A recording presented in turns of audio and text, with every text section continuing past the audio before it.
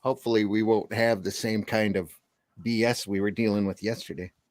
Come on in, folks. Morning out there. We see you out there. Good morning.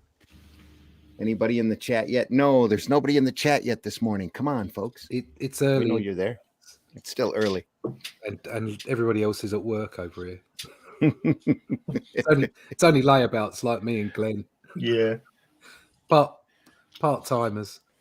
I'm sure you've got a lot more work from home people over there than you realize anymore, especially thanks to the net. But they're all drinking lattes and listening to Radio 1, aren't they? Either that or Irish coffees. No, they wouldn't have that. Well, they would, but they wouldn't get away with that. No, I think Irish coffee is right wing. Or that R word we were talking about earlier. Yeah. Oh. Don't say it now. We're on YouTube, so don't say it. We'll get well, we can't get demonetized. We're not No. monetized in the first place, so it's all good. I tagged Walt Simonson in it for this one. So oh, did you really? You never know. The great man might actually watch this at some point. He's not even appear. That'd be good, wouldn't it? Or wouldn't that be fantastic? That would I think be it might be a amazing. bit early though. You never know. Artist hours and all. Yeah, but wouldn't that be great? So that would be fantastic. Anytime he wants to come on, yeah, we'd be honored. Let me change my Facebook over here before I run the opening. There we are.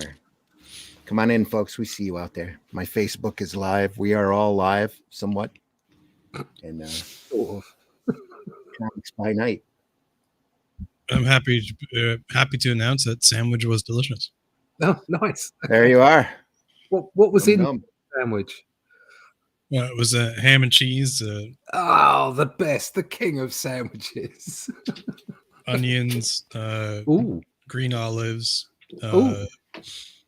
romaine lettuce. What a twist. Rebecca romaine? A little bit of hot sauce. Oh, you had hot sauce in it. You didn't have mayonnaise in it. No mayonnaise, no. No mayonnaise. No mustard? No grape poupon? No, there was mustard. Hot sauce and mustard, green olives. French's? Lettuce. Yeah, French's. Oh, Since you're north. That's almost a Scooby-Doo sandwich. Almost. Dagwood sandwich. That's what we used to call them over here off of Blondie. Oh, what? Dagwood used to make these huge sandwiches. Yeah, Blondie and Dagwood. Who's old Dagwood? Comic strip? No? Oh, okay. No, I don't know. You ever seen that? Okay. Mostly American comic strip, yeah. Don't know that one. Oh, it's a classic American strip. Yeah. Yeah. It's a husband and wife and at least one child, a dog. And he has a skinny guy. He's browbeaten at work with a nasty, short, little round boss that could have been played by Danny DeVito. But in the middle of the night, he'd get up and make these huge sandwiches that were, like 2 feet tall and then eat them. So, with everything on it. Here's the opening. Here we go.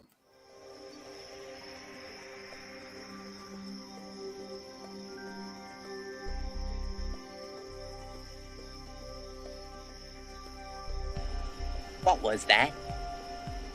This is not a charade. We need total concentration. Now, once again, this time, with the...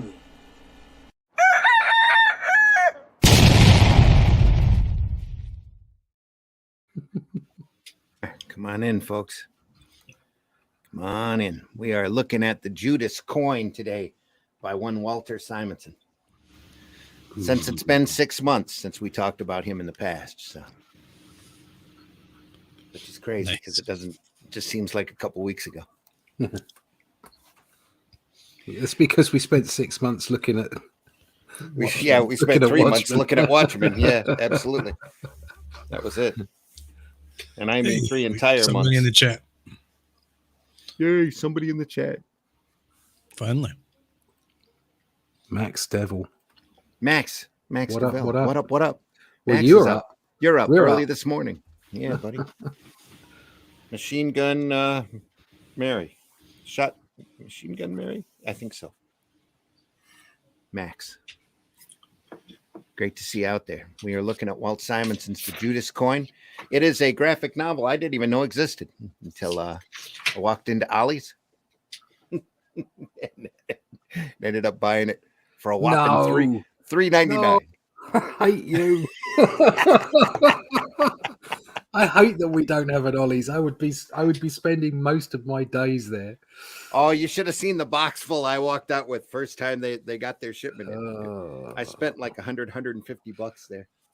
It was huge. And all of them were priced like this. Yeah. You can get the entire Manhunter collection for $2. That's like no brainer. I walked out with like 12, 15 copies of it. I just bought them all. That's $2.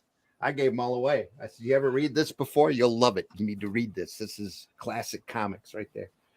And this is great. Looking through it, it's phenomenal. It's made in 2012. You can tell because they've got the peeled off DC logo sticker on it. The peeled off sticker. The D is peeled back so that you can see the C. Goofy design work there. Not quite as bad as the junior high school logo they're using now. It's meant to look rustic. It just says DC in it. Well, just go back to your DC with the 4 stars in the middle of it, like in the 70s. Yeah. You should just go back to doing storytelling like they used to do. Well, yeah. That'd be a good idea. Now. Anyway, we're supposed to be a positive show. Nothing. Oh my God! Look at that first page. Look at that first page. Oh, Walt. Superb.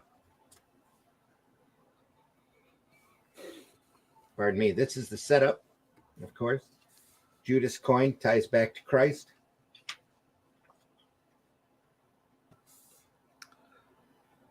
Oh, it's a little bit more open, isn't it? It's more recent. Yeah. Yeah.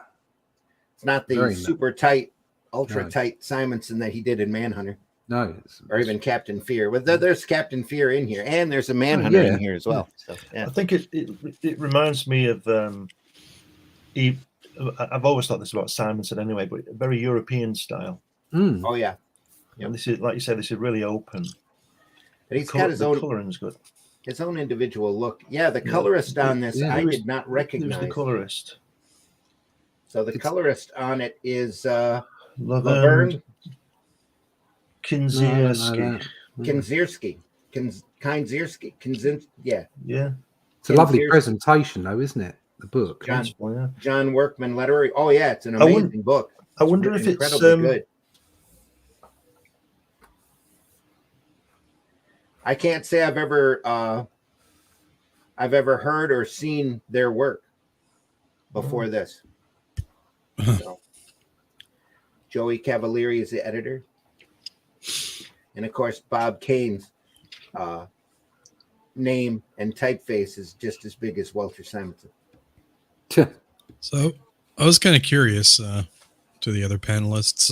When would you use something open like that? Like in the next pages we were talked about how it was open. Not this one, but the following one. It's just style. Yeah. I mean, you could, the same set of panels could be done by Buscema and Alcala, and there'd be hardly any white paper on the page. Mm-hmm. And then you'd see Buscema ink his own stuff, and it would be really open, more like this actually, especially with the way the coloring is. Yeah. And then Brian Bolland would do it different again. So it really is. It's a question of style. It's not necessarily that the openness is due to more technique. Well, here especially the focus is on the coin. The coin is the main character in that's the book. That's a definitive script asset, isn't it? It's like I just want to see the coin tumbling in the air, and that creates open panels purely by the fact that the script has dictated it. Yeah. But the style that Walt Simonson has here is just slightly different to the other stuff we've looked at, in that it just seems more even more European, if you've Glenn. Do you know what I mean? Even more so than the other stuff. More stylized with the ink work. It just has a slightly different feel. I mean, when we get further into the book, the way that he's presenting his style might change. I don't know, because we're going to see Gotham and what have you. This is the Middle East, so but I just noticed just how broad and open it was and how beautiful it is. Yeah. I think what we're seeing is a master artist, and one given a free and open hand. Here, because they wrote and drew everything here. That's his idea. He pitched it to DC. They said do it, so he did it. I think that does make a difference as well when you're writing yourself. I mean, I haven't done a huge amount of writing yet, only a little bit, but it did make a difference to the way that the story was paced. Because you're thinking visually. Well, this is why he's so good, because what he's showing you here is presenting, I think, the fact that the most important part is the artist. The artist should tell the story. Yes. I know you can have a full script like Alan Moore does. He's an exception. But Dave Gibbons is quite capable of all that kind of storytelling as well. I don't. If it would have been a different formula, we'll never know. But I think that it could have been Dave Gibbons would have done as good a job, but it would have been different.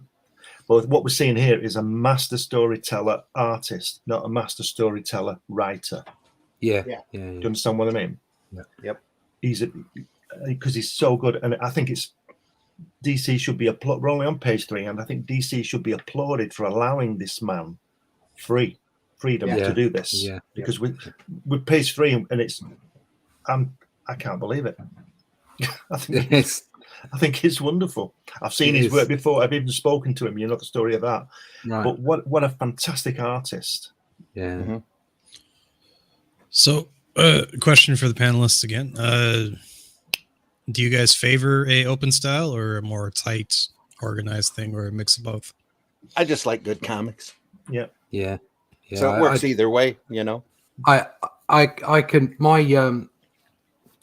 my appreciation of somebody as different as Jim Lee or Brian Bolland compared to someone like Mike Mignola.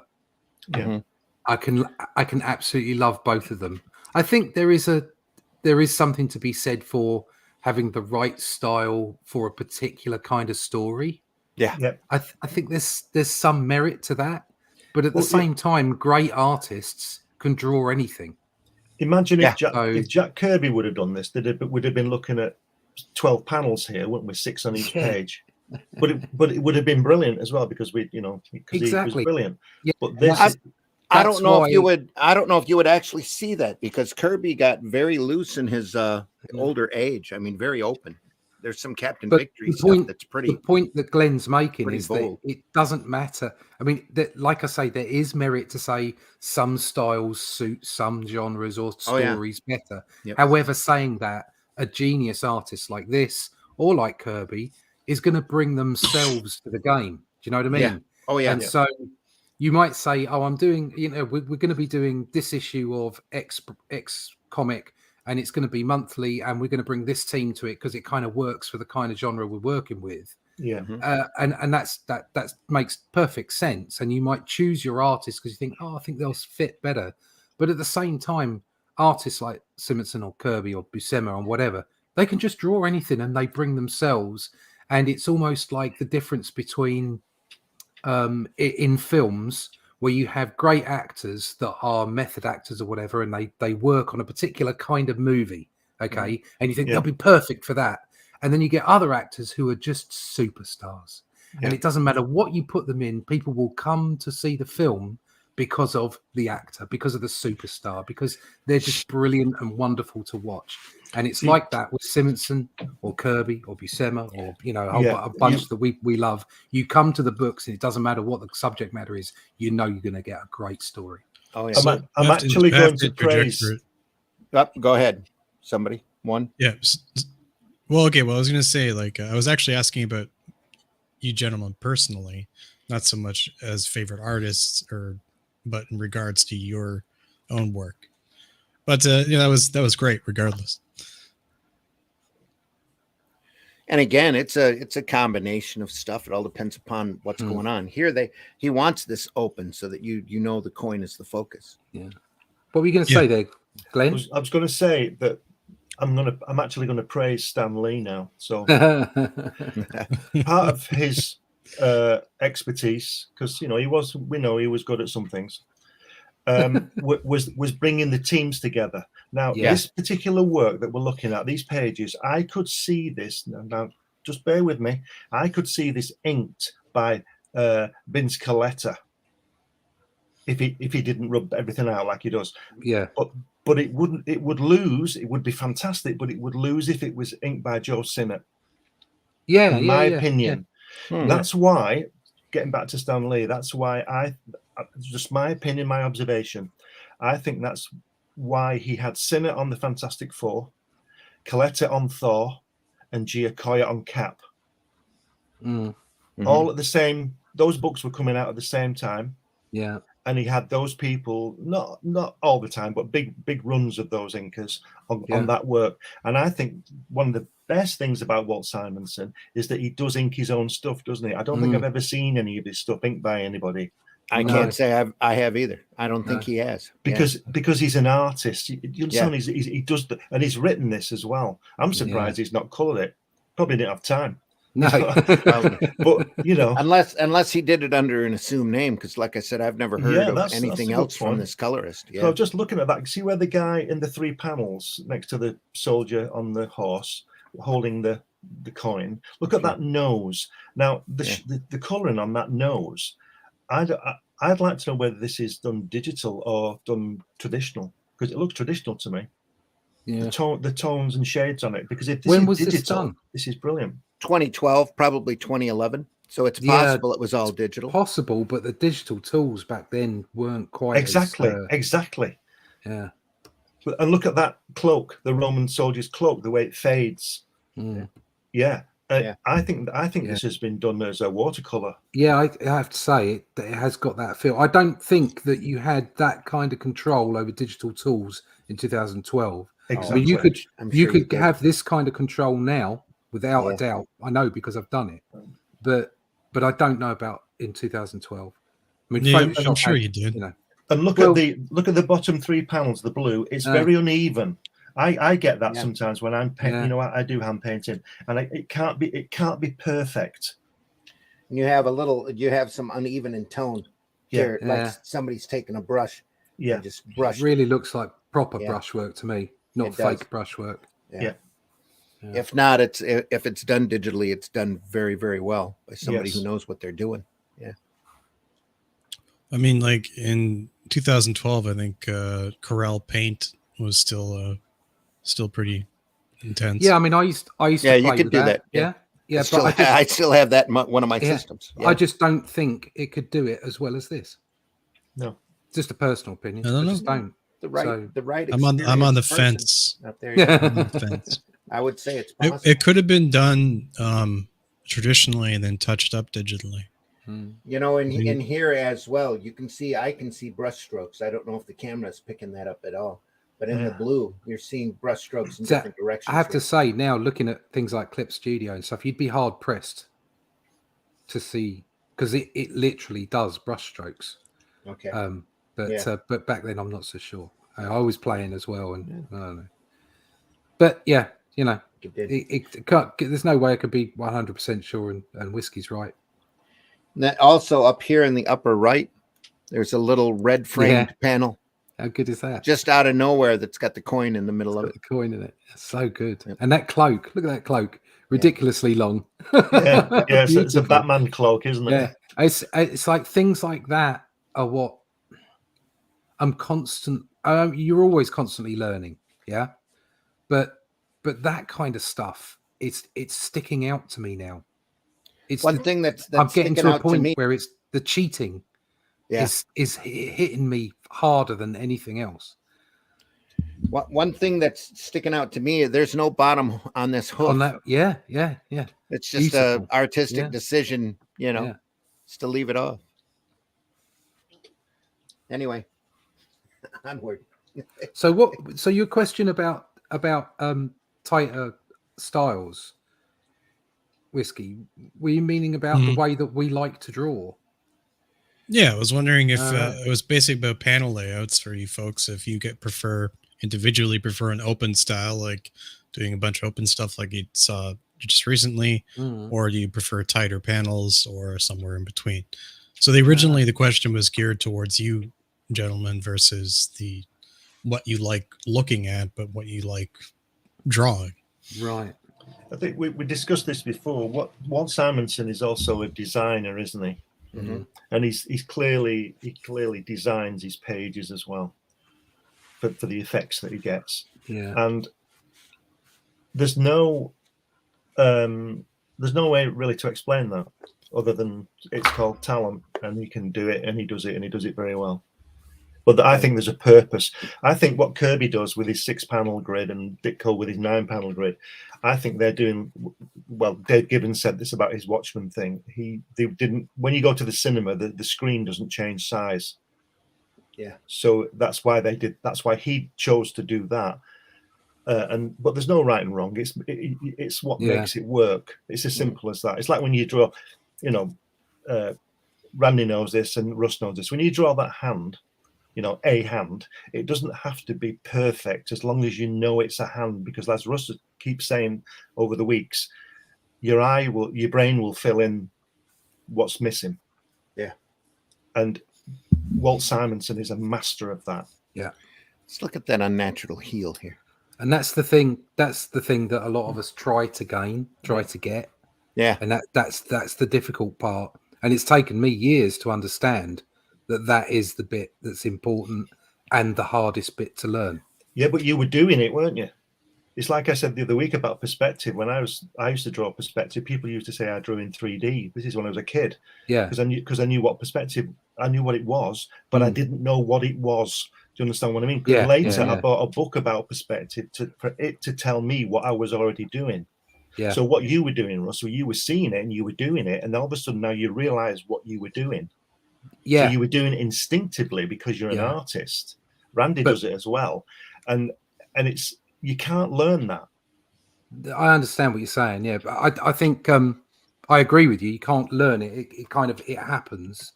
But at the same time, becoming aware of it helps you get better.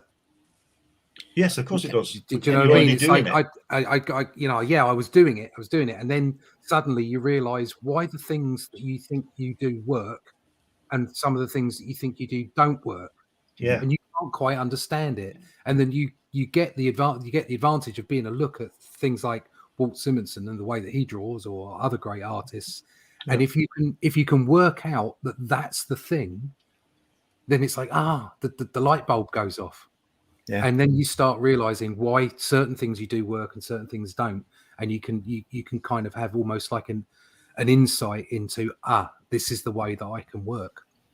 It doesn't always work out that way, but at least once you're aware, you're playing the game. Yeah. And always the problem that I have had, and it never really goes away completely, is that perfection thing. Trying to gain perfection when you know that that's not where you should be looking. That's not where you should be going. What you should be going is representation, is an economy of line. Almost, it's like you're kind of enticing the eye in and making it believe without actually drawing the perfect world. Well, the Scottish artist, I think he died last year, called Ian Kennedy. He used to do Commando books. Oh, yeah. I watched a little film of him the other day on YouTube, and he's 80 odd, and he's drawing this explosion. He's showing all this fantastic artwork. And the best part of the video, it's about 20 minutes long, and the best part of the video is the beginning, where he has on the wall in front of his desk, and it says, he's written, "It doesn't have to be a masterpiece." and that is the main thing I got from that, and I thought, he's right. And like you say, we're trying to get everything right, everything. I'm not sure about that shoulder, and and going crazy. And he says it doesn't have to be a masterpiece. It's a very easy trap for a young artist to get into too. Yes, I was in that reworking, trashing, reworking. Yeah, I was in that trap for a long time. And like I say, it's not something that ever really truly goes away. It's like being an addict, I suppose. Yeah. You're always You have you're to- always open to it. You're You know, struggling, yeah. you're always struggling, You but know, if you're aware of it, it makes all the difference.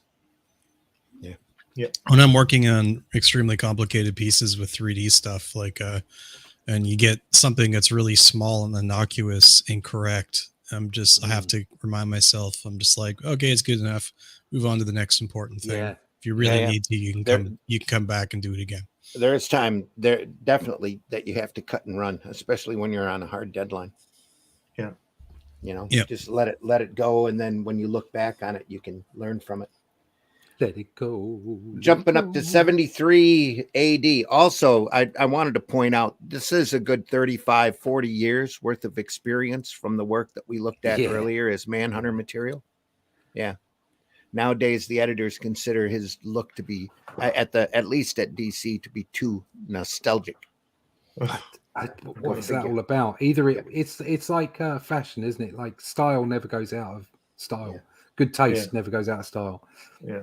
It's On to 73 AD, the Golden Gladiator. Like, look at that, just the backpacks are carrying there. On the right hand backpack, you got a flask that's with a braided rope around it. yeah. All right, that's not just skill, that's knowledge. Research. Yeah. The style looks different on these pages from the previous, doesn't it?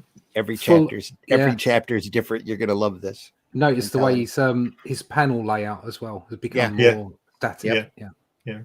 This is more Silver Age. Golden Gladiator was a Silver Age character from it was in titles like Brave and the Bold before they threw superheroes in. First few Brave and the Bolds were all about heroes, and sometimes it was heroic characters through history. Just sorry, Randy. Just go back a page, please. Just point something out. On that top panel on the second page, right? Master composition, where your eye goes straight to the guy who's looking back, and he sends you back, to what he's looking at. If you understand what I mean. Yep. You know, it wouldn't. If he'd have been on the other side, it wouldn't. Your eye would have fallen off the edge of the book. Yeah. And he sends you back in there. Then the lettering sends you back this way, and then Yeah. the composition sends you down Yeah. here. Yeah. And the cups and things. Even here. Yeah. Stop you going off. It's just brilliant. Excellent.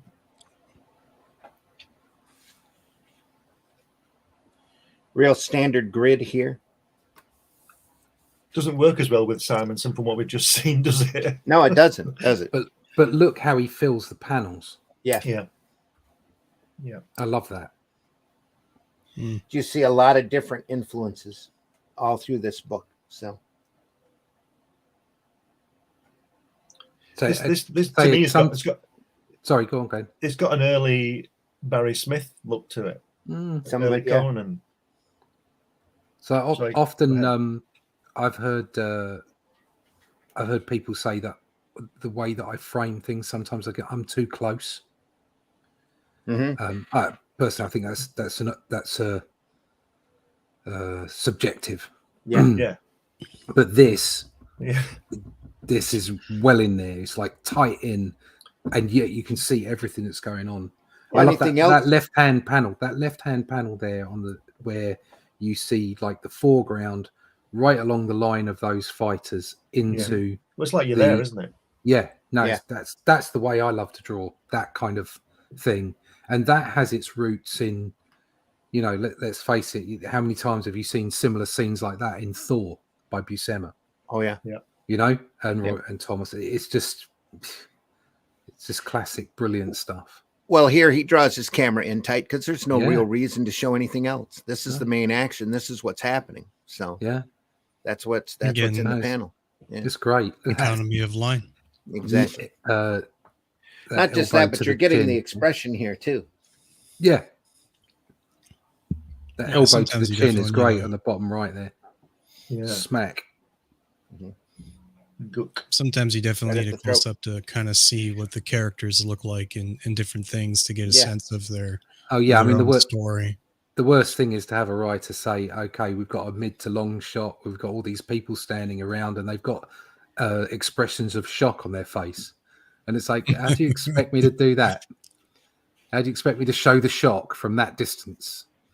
Like, work your panels out. I can't remember if I did that to you in Shadow Kingdom. No. Can we go back? Can we go back one page? Just to the start of the. Absolutely, but keep in mind this is a 2-hour show. I'd like to get through the book today. Yeah. We're already a half an hour in. We're barely 6 pages. So yeah. So we can see that the characters, you don't really see their faces up until that one shot on the next page. Yep. So it is basically essentially required that panel, those close-ups are in there, because we have no idea what the person really looks like, until Well, that's the whole key here, is that they recognize one another. They know who each other is. Mm-hmm. Marcus. I think Arda. I'm disappointed with the text on this. Those bubbles aren't working for me, and then the spacing of the lettering isn't what it might be. Look at that top left-hand panel. One quick thrust of the short sword. Look at that. It's not centered or anything. Here? No, on the other page, the top that one there, yeah. And that one. Look at the space. Those panels have obviously been either drawn on or put on, and then the text has been added. There's no thought for composition with that, and I don't like that. Well, the lettering on this is John Workman again. Well, whoever it is, I still don't like those bubbles aren't in the right proportions. Here? Yeah. Yeah. It's not good. Well, it's not, is it? It's disappointing. I mean, look at that when he says Ardra. Look at the space at the top of that Ardra on the next page where she's pulling his cloak off. Look at that. Yeah, that could have been tighter. Yeah. There's a lot of open space, here and there. Yeah, I mean, that did we say that down here especially that could have been tighter. Yeah, there's lots of places that do that, isn't there? Yeah, very weird. But I can see leaving it open for like this butt. Yeah, and gook, you can see that. Bud and gook, yeah. Butt gook. Your hair, it's grey. Is that Reed Richards? Has he got a pipe? He's got a pipe, yeah. Reed, where's your pipe? I've gone for a style change. I'm going for the cigar now. Yeah. That makes me manly. Cigar and some cognac. Yeah, that's the one.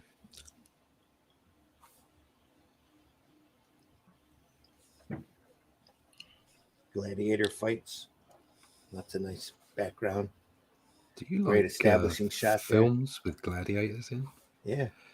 This looks like it's been inked by somebody else, doesn't it? It doesn't look like Walt Simonson. That knife does with the cracks on and stuff that he does. But it's not nearly as loose as the opening. And I think it's intentional in order to give a Silver Age feel to it. Notice the rounded corners on the memory panel as well. Yeah. Curved here. It is tighter.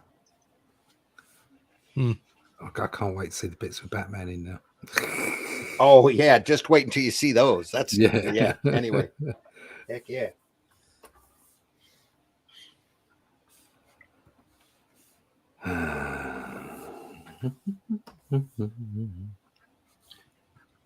And here the word balloons violate the panel borders, but the smoke does not. It's still contained inside the picture here as well. Yeah.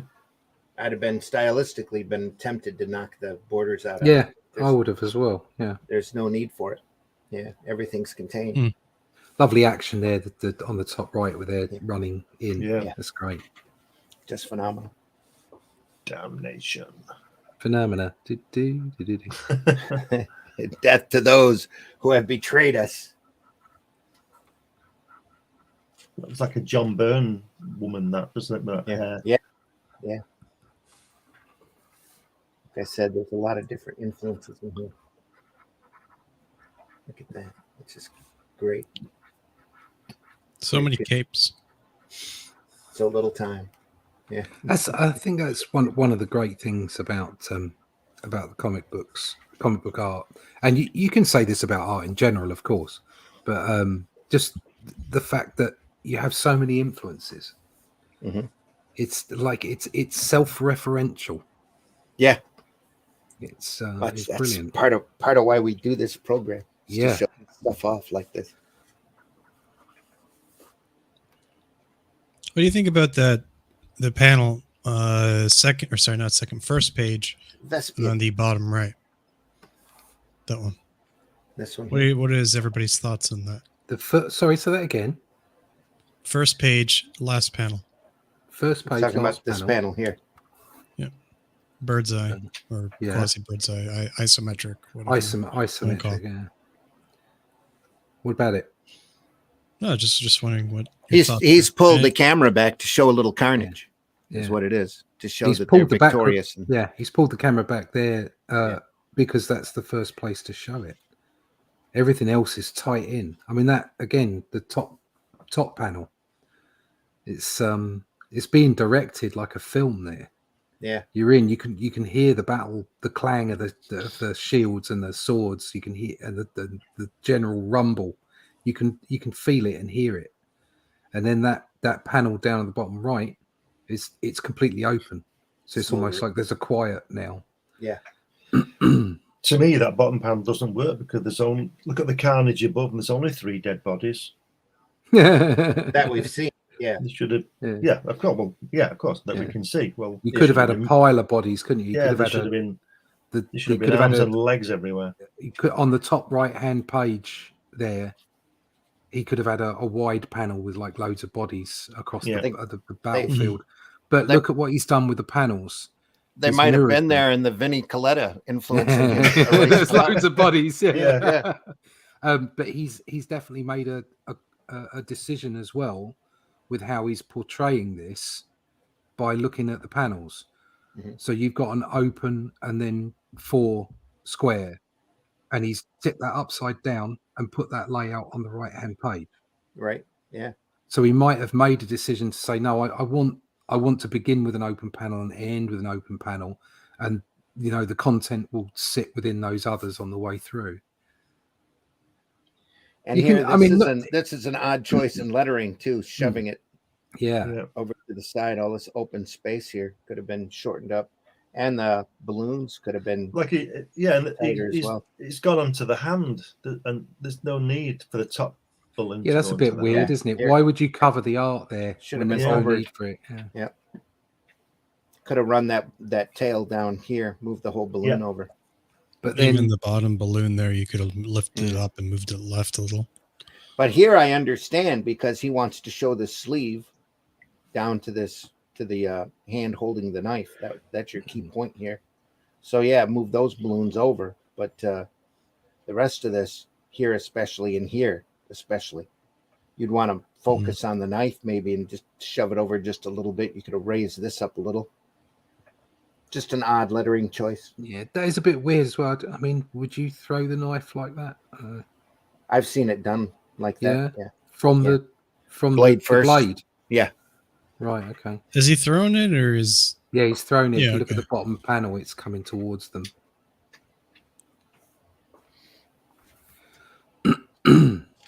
Yeah, I mean, this has got an almost. I understand why the styling. From the blade. The styling is there's almost a bit of a sort of somewhere between Bolland and Prince Valiant kind of vibe to it. I'm sure that's what he was after. Yeah, which is not what was going on in the first chapter. So. No. Every chapter on this is different. You'll see as we go along. Oh dear, it's chopped his head off. Splatoon. That guy jumped in front of the blade. He did, didn't he? To save him. No, it's the same guy, isn't it? No, if you go back, there's a guy coming in the middle of was it Vespasian or somebody, whatever he's saying. If you look at the last. Oh, he's jumped in front. I see. Yeah, the blade to save him because it would have. He's throwing. He's jumping in front. Yeah. It's always the bald guy. Fire took long.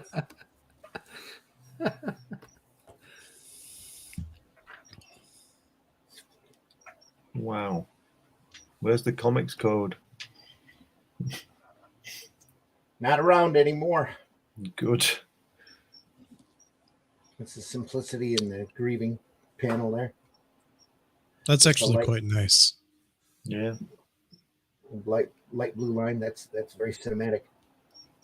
Looks like the shadow. And taking the coin, holding the coin. So those last two panels are Damn them to very, hell. very good. Had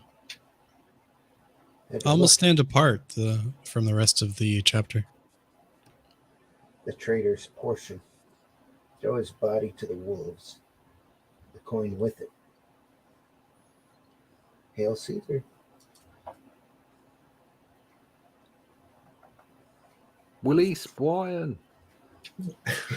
Wodwick. Wodwick. So they burn his ass. Yep. Biggeth, dicketh.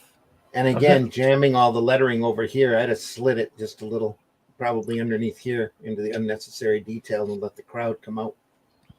I've never been a fan of breaking the boxes of the line. That's his style, though. That's Yeah, the way no, that all of his stuff has got that motif Breaking to the it. boxes. Yeah. Oh, right. Okay. Yeah. Leaving the line off. I don't like that. Yeah. Jumping up another 30-some years to the Viking Prince. Another character that they did, brave and the bold, and they're more adventurous. Ooh. There we go. We're back. Walt's back. Wow. Check that out. Full on Thor. Yeah. That's it's a real Tales of Asgard, isn't it? Yeah. And it's got a lot of what he's doing currently as well in his Ragnarok books. Yeah. It's got that look. It's got that same look. It's just, Yep. That's an odd looking ship. It's great. I have to say. But it looks great. Yeah. That's the It's whole got idea. a conning. It's like a submarine. It's got a conning tower in the middle of it. It's a full on sci-fi Viking boat, isn't it? Yeah, and It those is. on the side, it looks like a Japanese thing, doesn't that sail?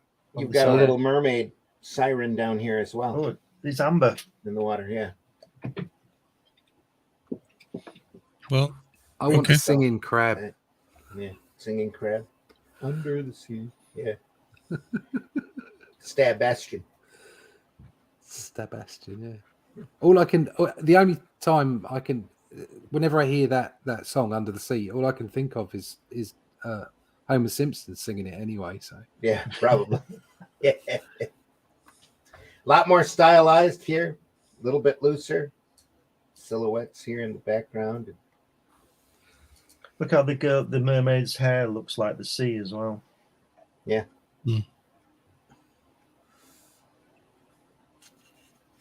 yeah, 'tis a thing of beauty. Look at that. Look at that. There's perfect use That is Ragnarok right there. of using empty space. Yeah. Yeah. Doesn't that work a treat? Look at that hand on that big guy. look at the big finger on that big hand. Yeah, that's got Kirby in it, isn't it? That hand. We all know what that means. Big gloves. Yeah. An extra big bill at Macy's. The tree. Wonder It's amazing. if That tree is phenomenal. I love it. Go ahead, Whiskey. Sorry. I think the color, because I can't really see the difference on this screen, but the coloring on the right, the floor, and then the coloring on the left, that's two different shades, right? Here. Here and then the white space. This is a On the light left. blue here. Yeah. On the left-hand Light page, blue. is that white space or No, has it got some that's yellow in it? No, it's white. Right, okay. Just left I alone. would have Of course, you've got I a would've, fancier border here as well. So in the blue. blended the two, like put the space of the floor on the empty, like the color, matched it up. It goes on the other. That panel is moved over a little bit with some of the detail there. Are you going to do the colouring on your own book, Whiskey? No, I'm gonna pay somebody else to do it. I'm not good enough yet. I don't think. I'm gonna miss stuff, so I'll do it on my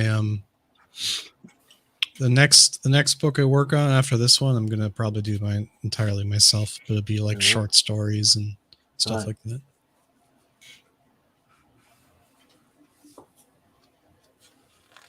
This one I'm more gaining experience doing layouts, and because I'm doing all the layout design, I guess.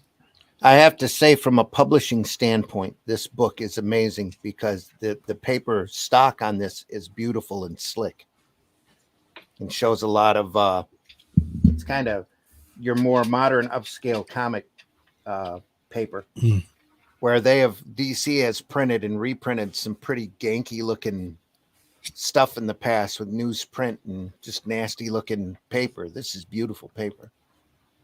Yeah. There we are. Sword. Yeah, I mean, presentations like this is when you should use gorgeous paper. Monthlies, they should never have stopped being newsprint. So, absolutely. In fact, I love that Wednesday comics that they did. We'll probably need to look at that at one point. I've got the whole set of those that were all newsprint, tabloid-sized newspapers that they printed. I don't know if you've ever seen any of that, but it's some phenomenal artwork inside, printed on white newsprint. Glenn, are you paying attention to the story? Like, you tend to read the script more often than this. What in this book? Yeah. Well, sometimes I can't. The curve of it, I can't read it, but I do read bits of it. Yeah. What's going on with does it say what's going on with the sword and the coin there? Why it's tied to the... That's the main character. Who are we looking at? It's not Golden Gladiator. Viking Prince. Is that what this is? I'm afraid today I'm here for the art. Yeah, I'm the same, yeah. That's the Viking Prince character here. They let him go and then gave him the sword. Yeah. Yeah, from what I can, probably to defeat the monster. Yeah. Yeah. Look at that mouth on that monster. That's great. The way it's contorted. Is his leg right though? It looks a bit strange. Well, this panel here especially looks rushed. Yeah. It is a bit weird. But it's not perfect. Who cares? No, doesn't need to be. Not a masterpiece. Doesn't have to be a masterpiece. Yeah. Yep. I do have to say that the sword to the left of the sword in the center there, the one with the multiple phalanges on it, I guess, and the panel just to the left of that one, where your thumb is. Yeah. Here. No, left, not left. The other direction. Down. Here. There. Stop. Yeah. Okay, so the dude with the headdress holding the sword, right? And it's got like multiple prongs on it almost. Yeah. Here you mean? That's right there. That's steam coming off of the sword. Is it steam? Oh. Yeah. Okay. It's just colored in the same tone, so you can't tell. Gotcha. And it's like this. You're zapping through. It's the same thing. It's like a... Oh, I thought it was a different sword for some sort of energy. Same thing here. See, the sword is smoking. It's got Jesus, his crown of thorns, hasn't it? Yeah, it's got that coin. Okay, that makes sense. High point to this whole page is this guy's expression there. Yeah. Right there, looking mean.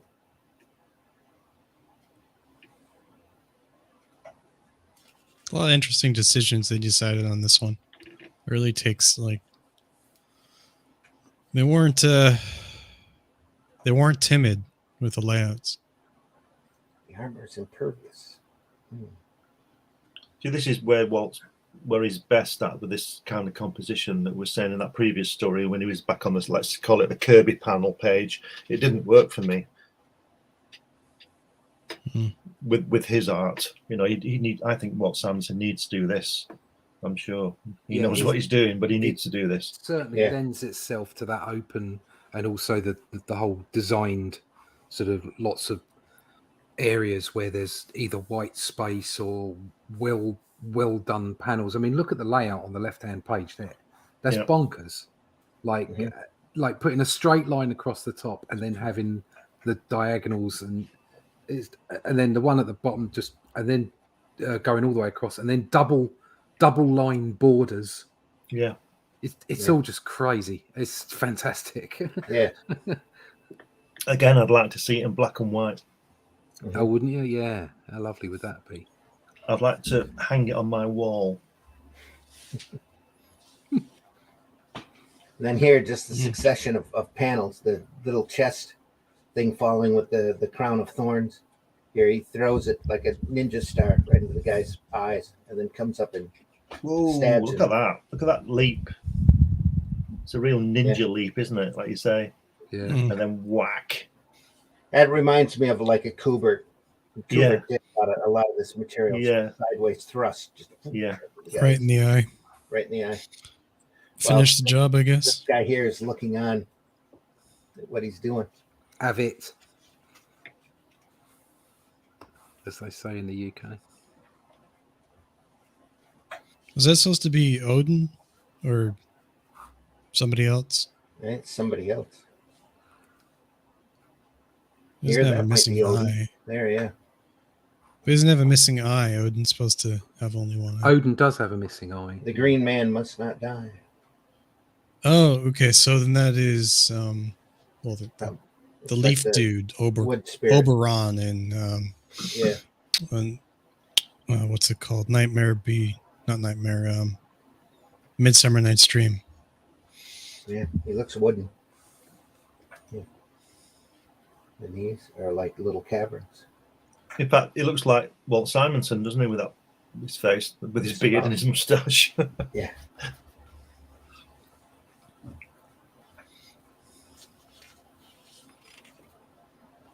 So the Green Man, also known as Oberon, the Forest God, so on and so forth. Yeah. Many different cultures call it different things.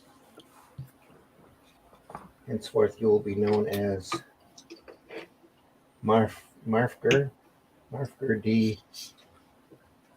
Thorither the Silver, the Slayer of Monsters. Odin, Father Odin, I will take Is it as Odin? many as I can before they kill me. Grant this warrior a seat in Valhalla. Oh, okay, so he's not Odin. He's Viking Prince here. No, he's not Odin. Okay. No, Definitely not. he's just praying to Odin, Yeah. Hmm. He's- as we all should. Yeah. In this story, Odin doesn't exist, does it? It's like God, isn't it?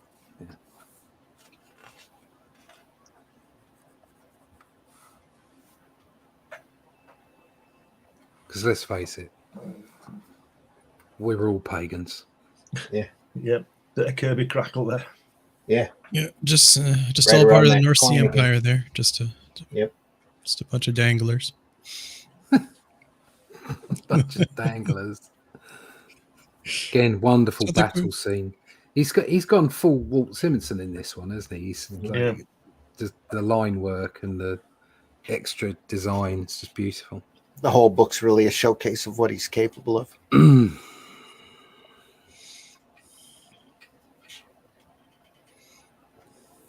Kill them. Kill them all. Wipe them out. He is the key. There's my target. This is the guy that was looking on. You can tell because of his face paint. Look at the speech boxes of that guy. They're part of the line work, aren't they? Rather than Yeah. Yeah, where it this is says where kill they them, where it says kill kill them. They're Yeah. part of their line rather than. Oh, here it's part of the balloon too. It's not open like his other stuff is. Hmm. And this is tighter too. I had to move this up a little away from his furrowed brows of worry. Hmm. He is the key. And there's some of that Kirby Yeah. bubbling, I guess. Kirby Crackle. Yeah. Kirby Crackle. Nearly. It's Simonson Crackle. Yeah, it's more like Rorschach crackle, isn't it? Yeah. He's the one. So whoosh, he gets scarfed and he gets the coin. I know it's kind of like an homage to the back in the day, the Kirby Crackle stuff, but you see it more than twice, and I don't know. I'm not a fan of it. It's just a one of those comic icons of power. It's like the same as a light bulb over your head for an idea. Yeah, Yeah. yeah. I think it's because I used it quite a lot in Only Death Can Save Us. Yeah. Because I was going for a particular look, and I wanted to sort of instigate those memories, those thoughts of the comics of that era. I mean, But I yeah, understand. you can overdo it without a doubt. It's one of the reasons that the main characters in my my book are purple, because I wanted to, an homage back to the lack of being able to print other colors back in the day. So Perhaps we shall purple meet. was the go-to. Purple.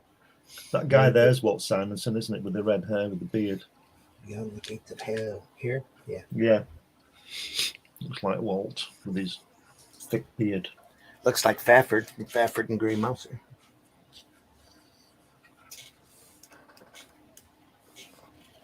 A little bit of Thor working here.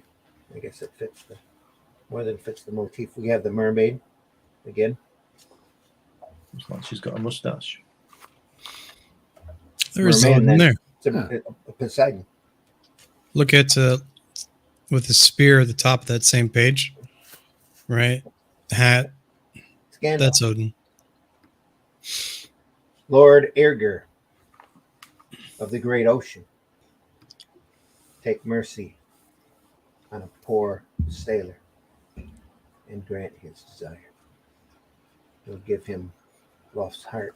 For protection. Didn't Odin travel with a couple of wolves and a raven or something? That was Thought it was He sometimes couple ravens and a wolf. okay. Yeah, a couple of ravens. he sometimes took human form and traveled as an old man with a brimmed hat. Gandalf again. Basically, essentially the character, the character Gandalf, which is likely based on Mirrodin or Merlin, they're all based on essentially Odin. Anyways, Yeah, I mean that whole J.R. Tolkien, that whole thing was a mythology for Europe, wasn't it? That was the idea. yeah, It was like I'm a big fan of European, like Beowulf and other classical epics. European version of, or an English. Really, it was an English version or a British version of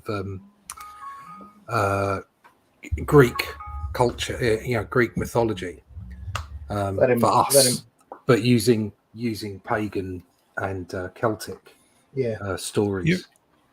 You ever heard of a book called or a poem called "The Rose and the Ring"? I might. It's definitely worth a look because there's a character in that called Bilbo as well. And it predates Tolkien's work. Right. So "The Rose and the Ring." Okay. Fascinating to look at. Let him bear the silver talisman of death. He earned it. Open the sea doors.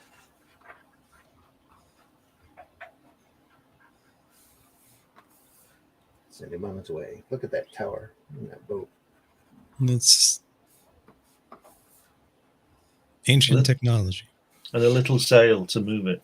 Sailing away. Yeah. Oh, it's on both sides though. Oh, that's good. They've got the Ark of the Covenant in the boot. Plus a big one there in front. The sea wolves of Odin are riding to the hunt.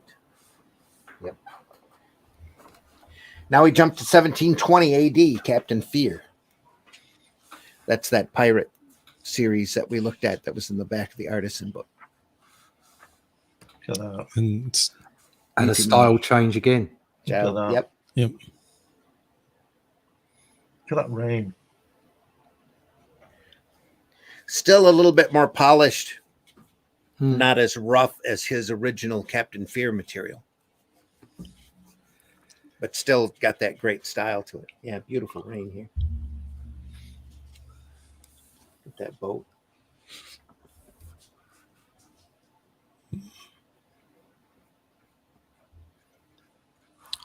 It's going from one boat to the other is a little slightly jarring. That's meant to be.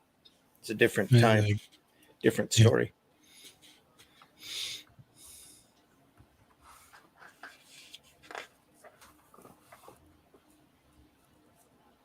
a little darker, a little thicker.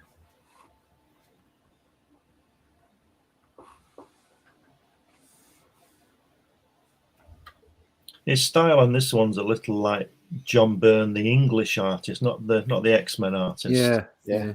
John M. Burns, is it? John M. Burns. Yeah, you know what I mean. It's got that. It's very nice, but it's more like that than anything else. His nephew is also called John M. Burns, Right. and he did the colouring on Doctor Who Adventures when I was on that. Oh wow, brilliant. Is the gentleman with the tricone hat with the beard probably a captain of some kind? Is he wounded or drunk or a bit of both? This guy here, he's probably the captain. Yeah. You can see in that middle panel where he's got his hand up, and he's got a puffy eye, and it looks like a. I think it's just a injury bit on his strange chin. looking. It's probably got. Well, they're shot dragging this guy scurvy. behind to be punished. Yeah. He's got a shot of scurvy in him, and Well, he's wounded, right? So it makes him wonder if he got punched in the face, or he's drunk, or something. Just weirdly drawn, but I think it's intentional. pirate. Pirate. Yeah. Pirates are cool. Fear's been in the dinghy for 5 days. He ain't dead. Tomorrow morning, we'll haul in the dinghy and put an end to him there and then. I'll split his ribs and pull his beating heart right out of his body. Well, that's unpleasant. Yeah.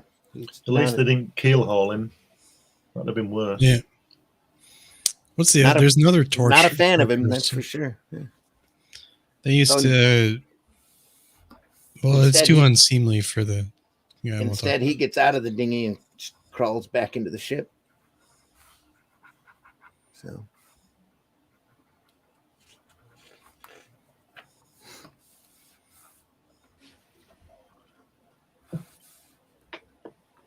Just like with the original Captain Fear stuff, we have this, the sound effects are set up like that. Yeah, Same that way. last panel on the right page is quite nice. Yeah. How rich Whole sequence. everything is. Yeah. That's just beautiful. He puts his head through the window. I'm your problem. He's throwing him out the window. Oh dear.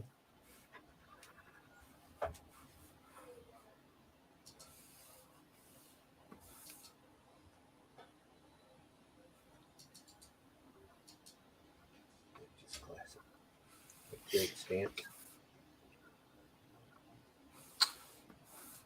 He does there too, yeah. Like you were saying.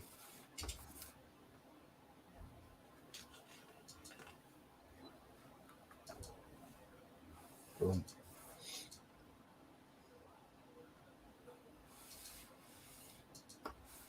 Bum, bum, bum, bum, bum, bum, bum. Oh, lovely picture of that ship. I like that. Yeah. Again, it's like the sculptured waves. Yeah. But like you say, in this chapter, a thicker brush. Yeah. Yeah. Really nice. Just like It's the like original everything's- Captain Fear stuff. It's Yeah. rougher and yeah. It's like Thicker. everything's made of woodcut. It's Yeah. just it's beautiful. Yeah. Really solid. I'd love to see the pencils on it. Yeah. They're probably pretty sparse. Yeah. He probably did the majority of this in the finishes. Look at that. Yeah. Look at that sequence there of the sun going down. Little tiny panel at the bottom there. Little thin panel. And the way that he makes the sun bigger. Yeah. Yeah. So effectively what he's doing is he's showing that it's going into the distance. Yeah. And that all you're doing is, if you had a camera, is zooming in on it as it's going away into the distance. That's really clever. It's great, isn't it? That's like bloody uber clever. That is. It's fear, I tell you. It's fear. It's himself. He's a Jonah. That's right, a Jonah. We ain't seen a Spaniard for months. Where's the treasure he promised? The ship's dying, and so will we all, if and we don't clear her decks of the curse. Aye, we're with you, Bull. Are you with me, boys? Then follow me, and we'll send the Jonah and all his pals to hell, where they belong. Have you seen that film, Russ, with Tom Hardy in, where he plays the Cray twins? Yeah, a bit of it. Yeah. Have you seen where he's in the pub and he has the fight? Yeah. Well, that last panel there, I won't swear, but the last panel there is like when he says, "I came here for an effing shooter, like a Western." Do you know which bit I mean? Yeah. Yes.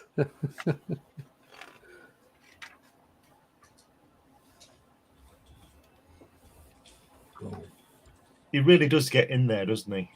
You know, like you were saying before, Russ, about he's tight in the action. It's so tight. I mean, it's you're like there, right? yeah, You know, yeah. I've been not necessarily criticised, but people have commented about how tight in I can get, and I like that. I like the way you do that. I've noticed that. I think it's good. Because it draws you in. You know, you can put in, you can pace it. Like, for instance, that top right-hand panel, the extreme top right-hand panel, is looking over the edge of the ship, and you can see the water, and you can see the you can pace it by pulling back in the camera, but the idea is that you're in there with everybody. You know, it's like it's almost like you're in there with the scene. I like that, and I love what he does here. That first panel there, it's as if you're talking to the guy looking behind, and Yeah, you're in danger. You're looking over his shoulder. Yeah, because these lunatics have just burst in, and and this is your mate they're after, so they're going to get you. Yeah, and then straight down the barrel there, boom, boom. You know. But again, really clever perspective. Yeah. So even though you're really close and tight in on the action there, the perspective has created an environment where you can see the room and you can see the result of the action. Brilliant. Almost fisheye, I guess. Yeah, a little Not like quite, that. but... Yeah. He takes everything that steers since they threw him back in the dinghy and the bag of gold here, and he pulls out the coin. Is that in the Last Crusade? There's a scene where they're walking into the hotel room or whatever, and they use this fisheye lens, and you can see the whole room, and it's like opulence and stuff like that to sort of set the tone for the foreshadowing of the bad guy when Harrison Ford is talking to him, or Indiana Jones. Yeah, I remember the shot. Yeah, and very similar to the effect we got with the boom there.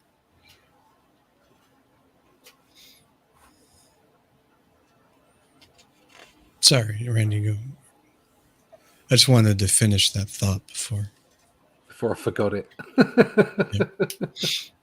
Or one of Russ's famous monologues. before the inevitable amnesia sets in. I'm just looking at the time. So I know how much we have yet to go. Is it big? It's big. Uh-huh. There's a That's what she ways. said. We might have to split this into 2 episodes, and I didn't want to do that. Get going then. But we can. We might as well, as we're already past the hour mark. So 1:10 actually. There ain't no rules. No, there ain't. Nobody's telling us what to do. There ain't no rules. Just like we're pirates being caught. Yeah, we're pirates. And attacked. With the YouTube pirates. Actually, no, that'll YouTube get us pirates. struck.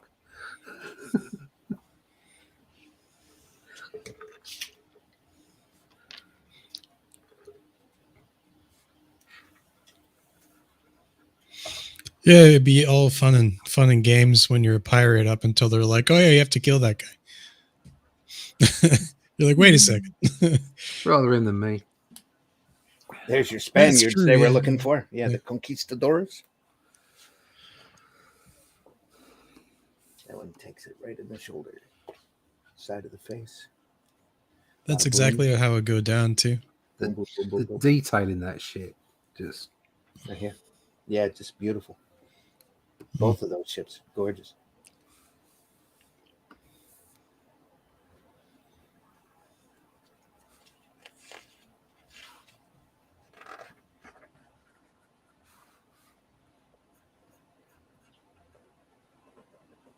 Like how he's just dropping into the page, isn't he, that guy at the top left? Yeah. He's just literally, his hands go off the page. He's Yeah. like he's dropping into the page. yeah, it's just gorgeous. And it's storming the other ship. Rawr! Yeah. Hell and damnation. Back to the ship. Look at the sails. If we can get underway, she'll never catch us. Oh, there's another ship coming in the background there. Captain, look. Another Spaniard. Looks like a man of war. A big one. You know, this kind of fighting that these people were doing, it reminds me of, I suppose, any fight, but it's like on D-Day. How did anybody ever get off that beach? Yeah. How did any of these guys ever get home when there was probably 2 of them left to run the ship? Because they'd all been fighting and overboard and all that. How did the human race survive? Full stop. Yeah. Yeah, but Yeah. you look back in time, people just don't get it. I mean, they don't get just how easy it is today compared to just a couple of 100 years ago. Yeah. It's just, So true. it's just Even 100 years ago. get it. Yeah. They don't appreciate it, and they don't get it. And you know, like the world was just brutal, absolutely brutal. It's amazing that we survived as a species at all.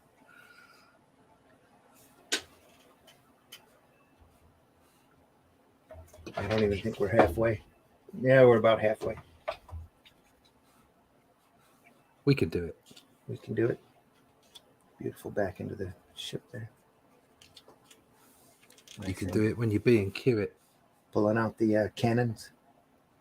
Boom, boom.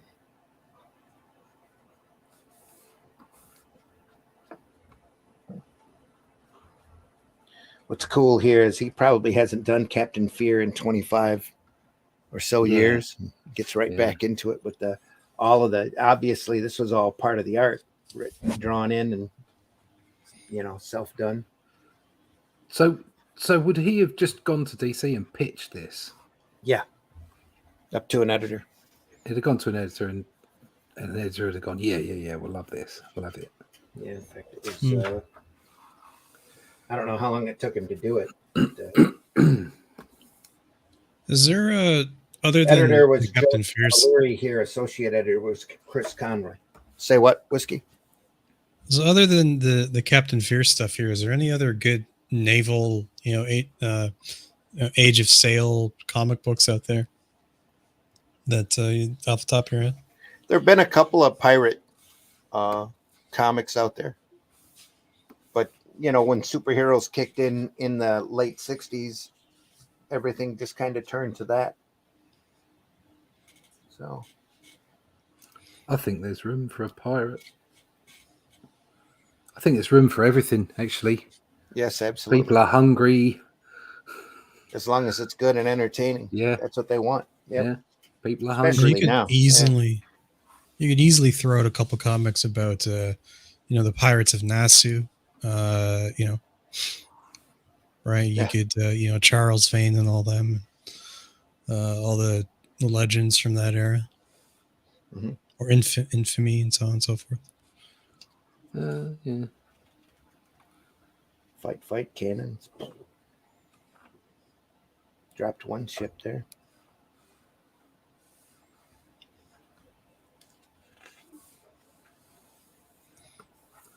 Why do regular pirates when you can do sky pirates? There's an epilogue. Good. That would be Star Slayers by Grell. Mike Grell did Space Pirates. See, I think you hit the nail on the head there, and exposed the problem.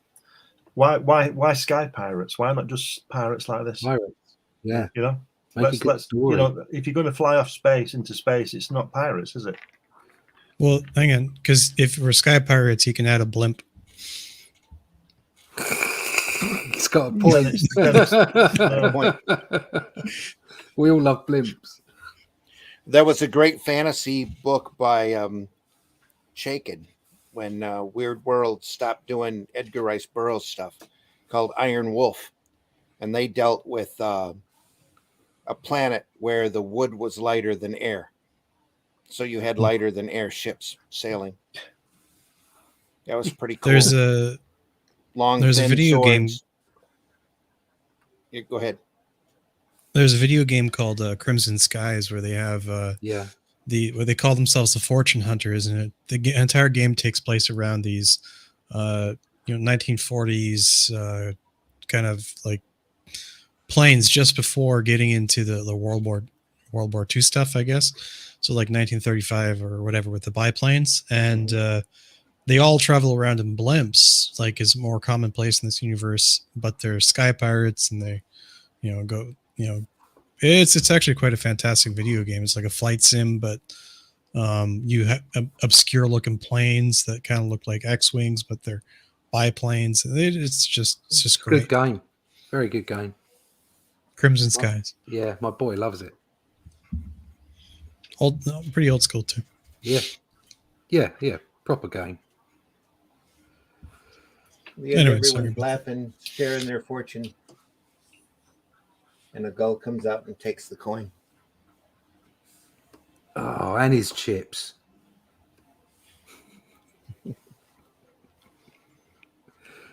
They're always nicking your fish and chips, gulls. I had one take a whole half a bagel from me once. That was was having breakfast up north, as we call it, up in Petoskey, and outside. Got up to get something for the wife, and gull come right down, right next to the wife. Landed on the table, just picked up the bagel and took off. Yeah, she was stunned.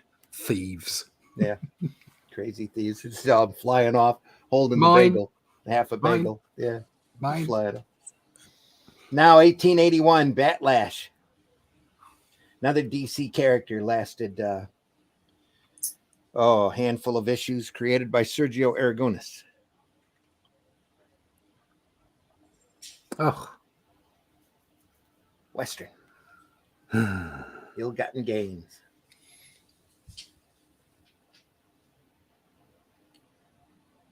That first page is pretty sweet.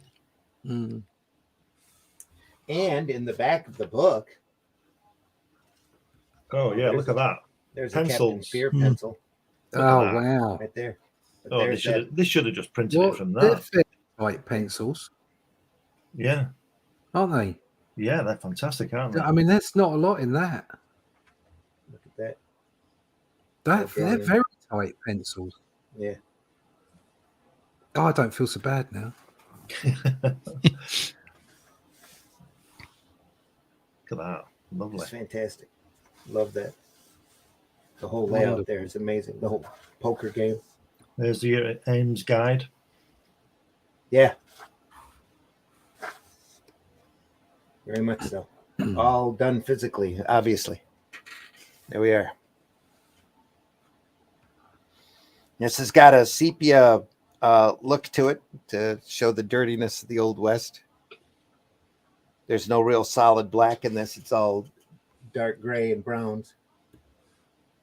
Hmm. Yeah, dark brown. Lex Luthor playing cards. Yeah, always the bald guy. We just get such a bad rep. There he is right there too. Yeah. Right across the table from our hero. It's even worse when you're bald and English. There you are. You need one of them handlebar mustaches then. Yeah.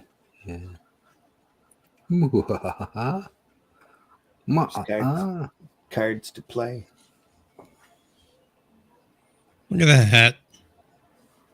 Again, Just a very much mile high. a change in style. Look at that. Almost Rob Oxner there. That look. I think he did the majority of the Batlash material.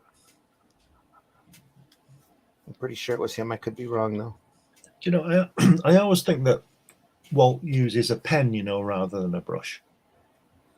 On a lot of it, I would think he did. I know there's a lot of thick lines on there, and he might go back on that with a brush, but I think a lot of it is pen. Well, a lot of it's steady. The line width is steady. You can't get that well with a brush. I mean, look at like the bottom right-hand panel of the left page, and the right-hand panel. And his shirt. Yeah. That's a screaming dip pen or yeah. Unless you're Joe Sinnott. Yeah. God. Yeah. It's probably micron pens on that. Yeah, it's a bit wordy, that panel, isn't it? It is. Just a little.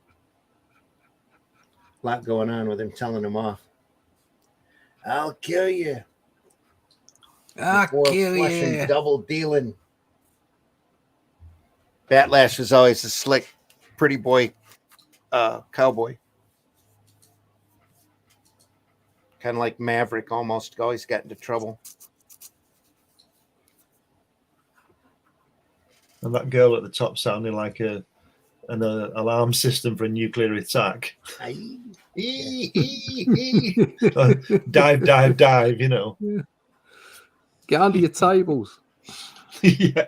And look at that click, Western lettering. Yeah. Duck and cover.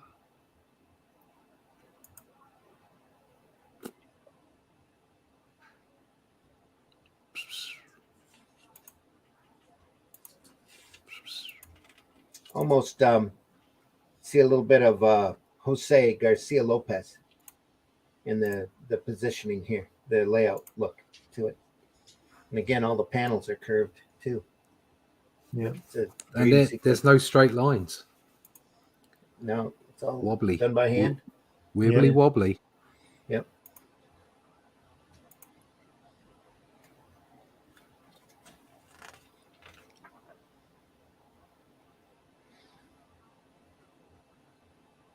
Still got out with a bag of gold.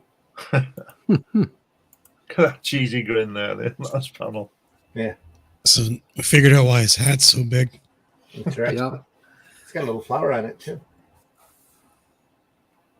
Scuff. You should have been a better with it.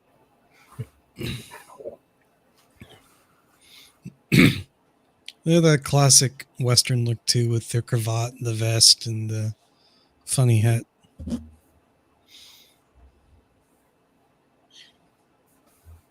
It's funny here, everybody's name. Very Western. Hoyt Leland. Get your horses saddled. We're going to fan out and find this. It's cough. Hey, it's him. It's Batlash. Yeah. Batlash.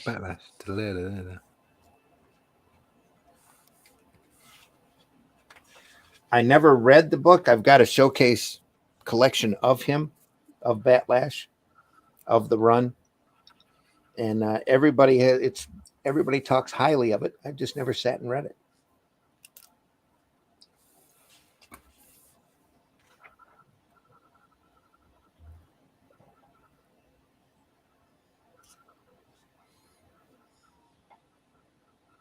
It's a splash. I love the Western sound effects. Just phenomenal. Look at that cartoon, your last panel where he's jumping on the horse. Yeah. It's great.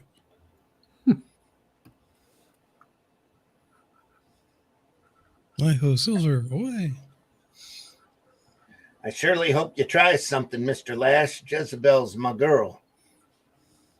And I surely don't appreciate how you was making up to her since you've been in town. Be happy to break your neck for you accidental like. Batlash says, it's very handsome of you, Michael, but despite my best efforts, Jezebel remained a complete angel. He goes, for real? Yeah, he just throws him in the trough.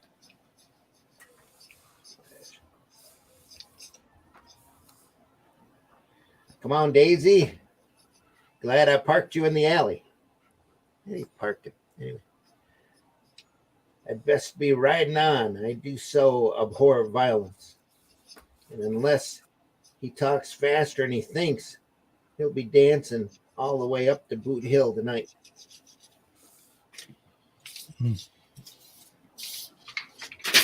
And what a name for a horse, Daisy. Yeah. Why not Pickles? That's the other horse. It's a proper name for a horse. And he goes a riding off. Adios, darling. My daughter's horse is called Bear. Bear? Bear, yeah. Hmm. That's a weird name. I told her it was weird, but she didn't care. Next, we're up to the present.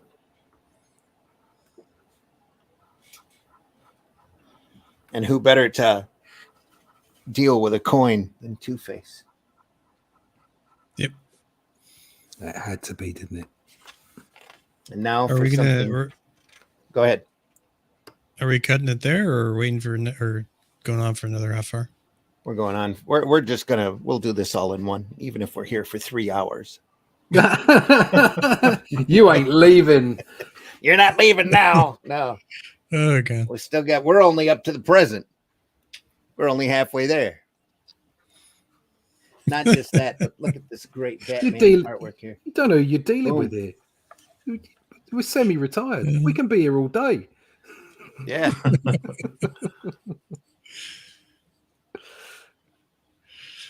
Oh no, I've been kidnapped by a bunch of bald geriatrics. I might have to. Oh yeah, thanks. Drive that home.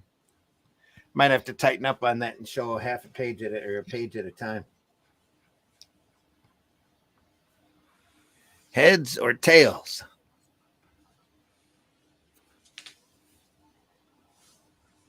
This is the Gotham Gazette Evening Edition. That's got to be Bruce there. Bloody hell. Set up like a The homeless Sunday guy? page in the paper. Good God. Isn't that crazy? Which one do you think is Bruce? The one with the jacket or the one with the? Oh, the Hat. jacket. That guy there. The guy walking up to the Yeah. guy running the bodega. Your clue there. Hello, Mr. Wayne. Exactly. It looks like Hello, Mr. Wayne. Bruce Hello, Wayne Mr. doesn't. Wayne. Bruce Wayne might own a lot of companies, but he doesn't work a newsstand. That There you go. opening panel looks like Steranko, doesn't it? A little. The solids. Yeah. Not Steranko. Sorry, not Steranko. Sin City. Ninkovic? Yeah. Oh, or Miller. Miller. Yeah. Millar. Got some. Miller. No, it's Frank Miller. Fuck that shit. Oh, sorry, just say that out loud. It's Mark Millar. Frank Miller.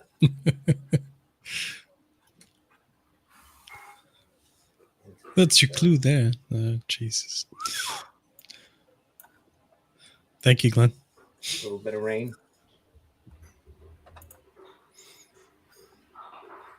It's got a very flat face. Yeah. It's an interesting Sunday panel or Sunday page look to it. Oh, look at that. Wow. The city. And then there's Two-Face. It's because the reason his face is so flat there is because the amount of times he's been punched in the face with the black towel on. Two-Face And is then always this an underrated character. I think they Yep. never really did a whole lot with him. Let's look at this. Great shot with him holding the coin.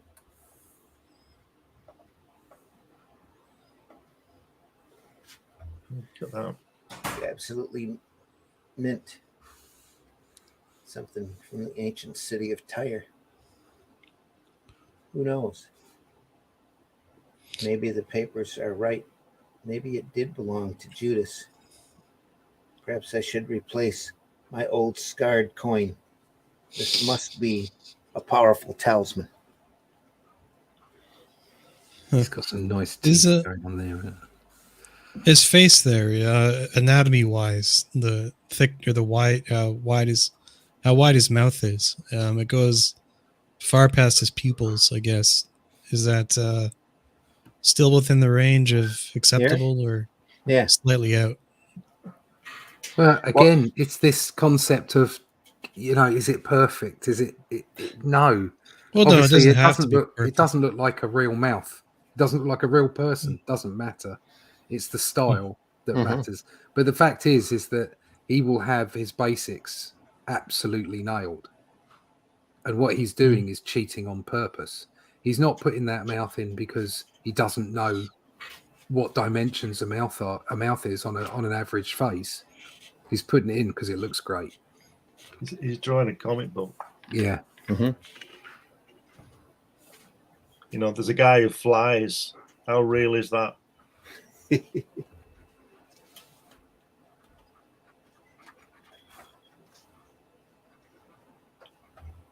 Coming in through the roof. I think you can often see the difference between artists who don't have a master of the basics, and then stretch and extend things. You can see them. You can see which ones have mastered the basics and then have decided, right, this is now my style. This is the way I'm going to work. It's pretty obvious to me. Yeah, I like the way he draws Two-Face really, really ugly, because in the film that guy's quite handsome, isn't he? And he just gets a bad shot on his face. In the Batman Returns, whatever it's called, film, the middle one with the Joker. Do you know what I mean? But this guy isn't even handsome on his normal side of his face, is he? None of the characters are particularly attractive. Like Bruce Lane in this one, he looks slightly more sleazy than he's portrayed in other media, or less stoic. Even the cop, he's got mustache. a bit of a thicker face there too. Yeah. Are those Hydra agents? No, No.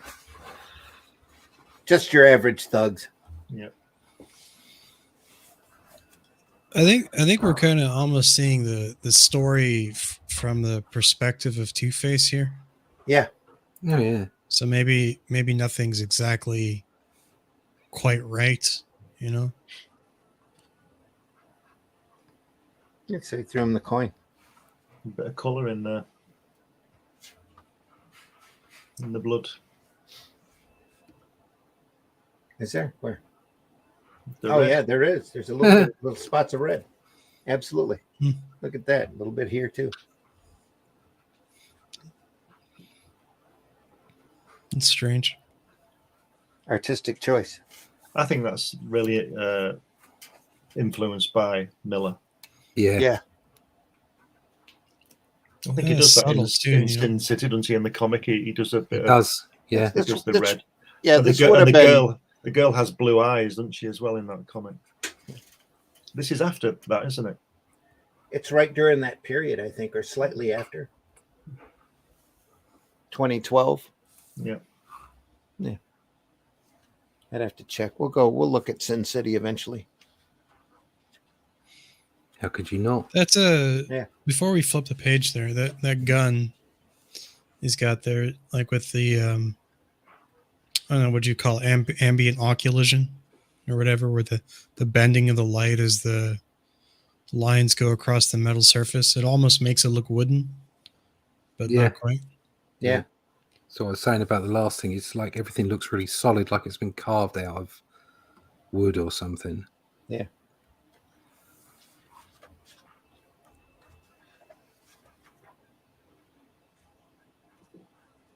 That's a great shot, isn't it? Two great shots there. The first panel, and then the one below it, where you're looking from the Two-Face point of view.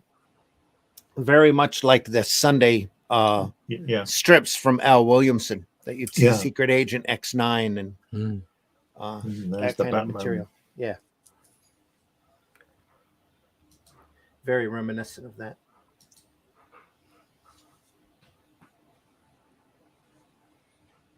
Nice shot here.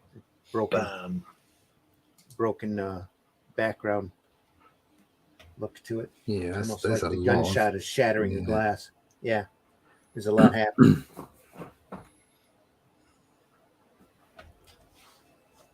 Here he comes. Again, just really nice. And there goes the coin in the end again. What a great panel that the Batman's kicking him, Yeah, kicking his ass. that's like there's a Manhunter panel that's very close to that. It's not a focus of the page like this is though. That's just gorgeous. Here. I think it's great the way It's amazing. the way he's chosen. I've got to do Batman kicking him now. How am I going to achieve that with this little panel? Well, I'll just turn it sideways and use the whole to the entire length of the strip. Right. That's fantastic. Yeah, I'll do what I like. Yeah, I'm Walt Simonson. I know what I'm doing. Yeah, I'm Walt Simonson. So I can get do used to whatever I it. bloody want. Because you know it'll be good. Part of the fun of the book is that he's allowed to play. Yeah. You know. Huh.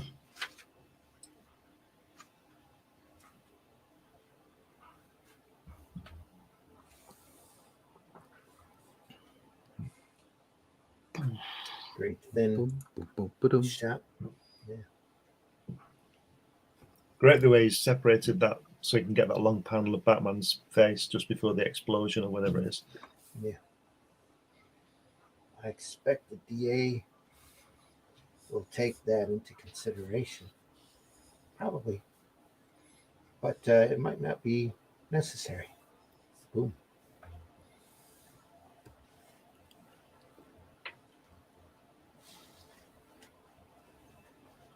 Look at that. Look at how he's done that. Fantastic. Batman's head leaning on the floor there. That is Yeah. wow.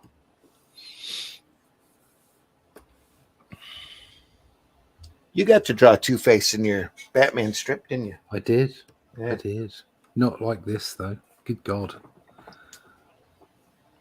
You didn't get to draw him as hideous? Well, it depends how you. I'll go and have a look. I can't remember.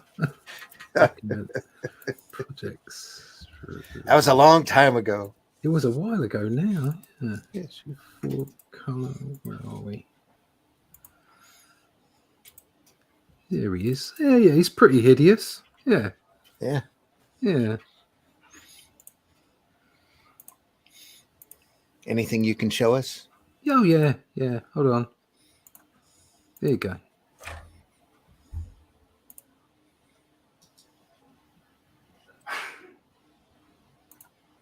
Oh, yeah. Oh, yeah. Yeah. Look at that. Yeah, he's pretty hideous. Yeah. That, bit. That was one of my favourite panels there, the way he was looking at the guy, making him scared. Yeah. And so it's the fact that Oh, he's that's the looking one- ideal Two-Face page right there. Yeah. He looks Look at one that. way and then you see him the other. Yeah. And then That guy, I like the guy with the yellow tie sitting on his belly. yeah. Well, they're all just I mean, he's got his shorts on there because he's already been. He had his shorts taken down because they're a double act, so they start off at the stuff Eggs and Bacon. They're called Eggs and Bacon. Billy Eggs, Bobby Eggs, and Billy Bacon at the Duke Theatre, and they're there and they go missing, and Batman goes after them, and this is where you find out they've been taken by Two-Face, and they're getting like all the villains in, all the whole gang. All the villains are turning up, and then Batman comes to help them out, and they decide they're going to take their place, and so Billy goes on as Robin with Batman, and there's another. Oh dear! There you go. Great shot. Look at that. Yeah. And fun. and then they do the jokes, and they're really crap at it. So the bad guys work out and start throwing tomatoes out. They were really good stories, actually. You know, good kids stories.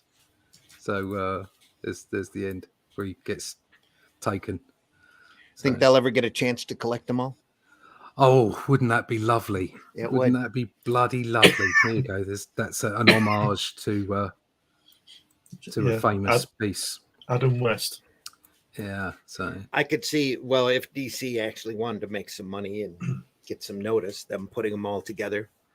yeah, And, releasing them here in the States. it would be nice, but who knows? I don't know. It won't happen anymore. No. Anyway, the art will be available to buy.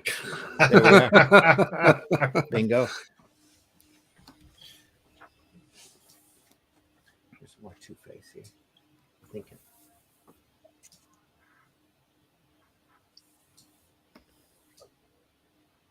Secret admirer. That reminds me, I've got a letter I got to get out in the post. To a secret admirer. Should put that together. No. Should put that together today. Walt is another he's another one of these artists you can just pick out at 100 feet. Mm-hmm. Do you know what I mean? Just look at the way that he works on that face. Yeah. Just fantastic.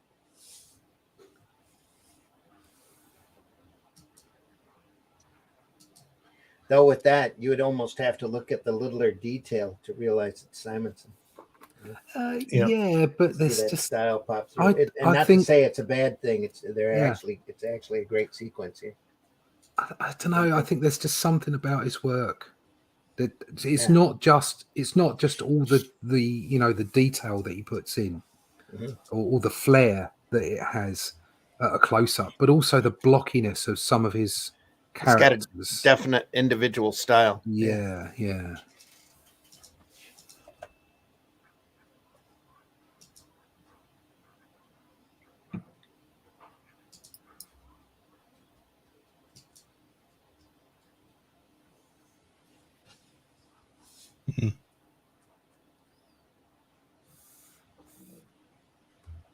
Especially that coin flip. That's sweet.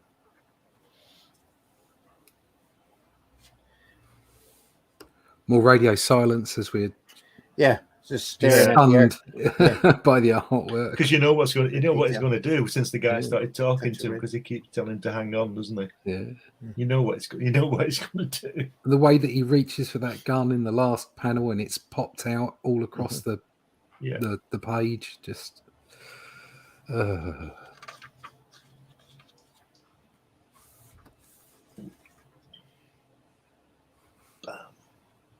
Yep, there it is. No, it's not worth it. Yes, I know. Senseless waste of human life. I was thinking of you. And the way he's got the blood in the background as well, back of the panels. Mm-hmm. Splattered through. Really clever. Everything is bridged by an article out of that paper to remind you that this is where it's coming from. It's a newspaper. These are really Sunday pages. If you look at that, just pull that page back again. If you look at the third panel, is that his homage to Ditko and Spider-Man and Batman under that? Oh yeah, when he's under that machine. Look at that. I bet it crossed his mind. I bet it more than crossed his mind. Yeah, that's directly where it came from. I like the way he does the circles for the blast of the gun. Yeah, just a circle. It's really effective. You were saying whiskey on the last page there, towards the bottom, with the silhouette, and he's just got the eye, right? And the one that here, no, last page, the next page, below that one. There you go. See the silhouette at the very last panel or second last panel. Oh yeah, it's just got the eye. Yeah, with blood on his shirt, on his jacket. Yeah. Mm-hmm. Is that was that in the Batman cartoon? I think remember seeing something very similar to that with Two-Face. Very similar shot. The animated? Yeah, the animated Batman. There was a number of different Batman runs, so I'm not sure which one, but it kind of reminds me of something out of that. I'm sure they've done that like that in the past. Yeah, absolutely. The eye out of the silhouette is Dave Gibbons uses that a lot with Dryberg in Watchmen when he's got his glasses on. Mm-hmm. It's the lens of the glasses shining up. Yeah. Again, with all that detail. Well, there's really no detail here. It's lines. But, he should have put a blimp in that sky. Yeah.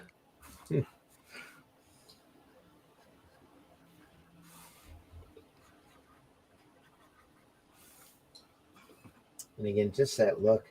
It's got that Sunday comic strip, Al Williamson look to it. back to the paper. Oh.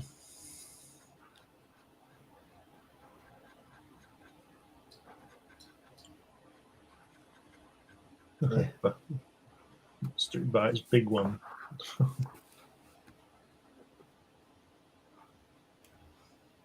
dear, more Great The Gallet. form of that body under the cloth, just Yeah. gorgeous. Some great thumb work here too.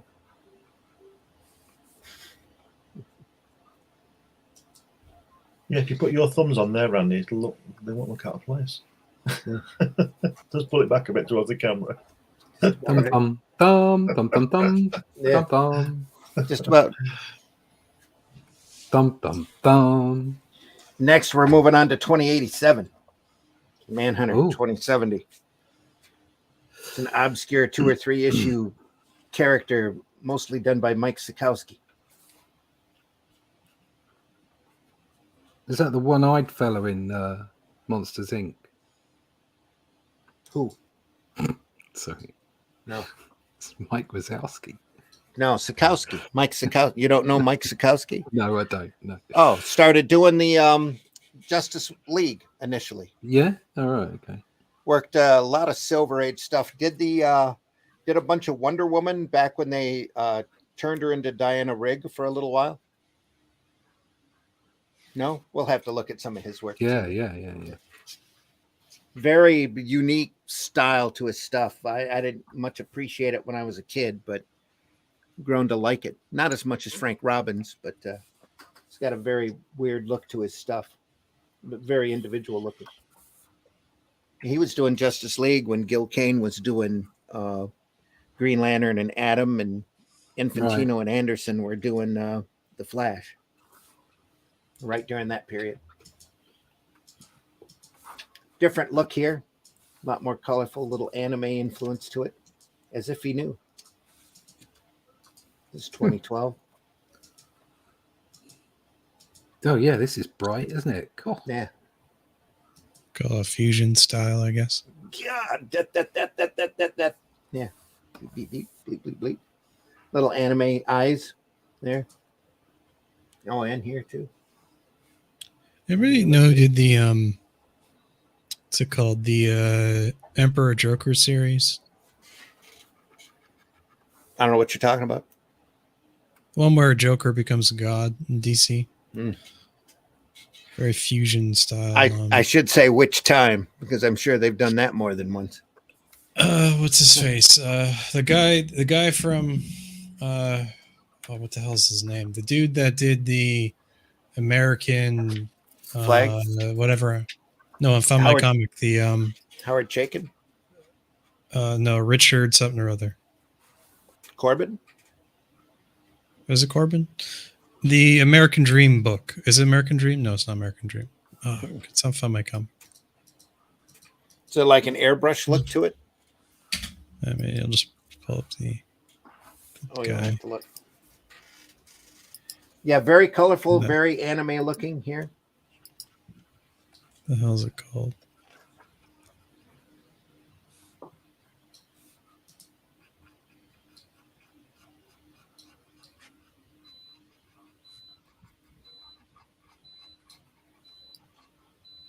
It's weird that's not in the first page.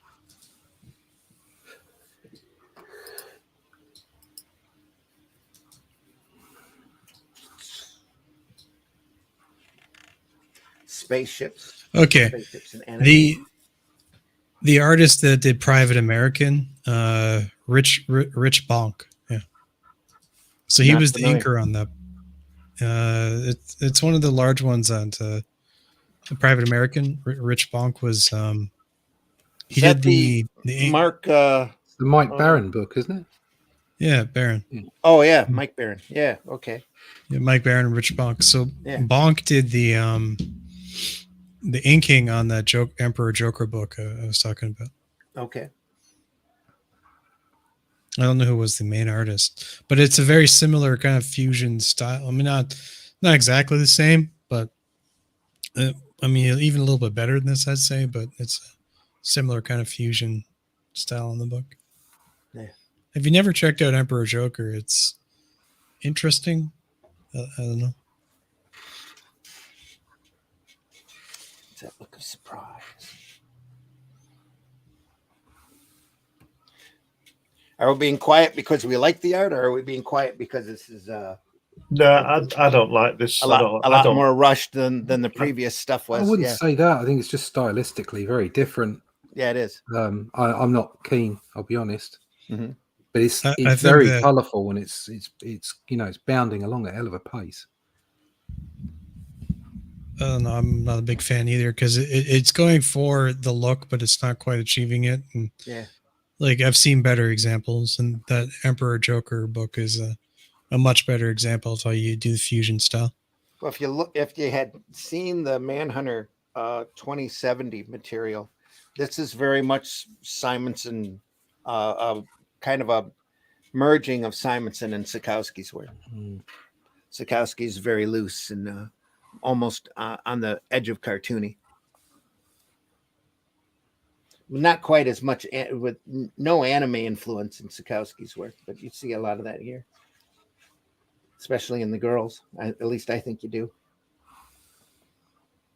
The little pointed chins and the bigger eyes.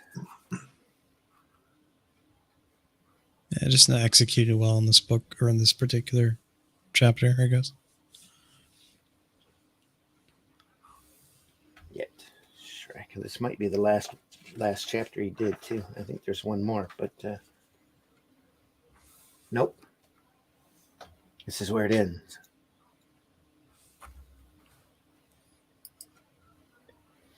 no, I'm not a big fan of this particular. This reminds me a lot of the Star Slammers type Yeah. material. Yes. Only a lot more rushed here. A lot more, Yeah. maybe rushed is the wrong word. Looser, probably. Yeah, Better word. I think out of all of it, this stands out the most as being just a little different from what he does. Yeah.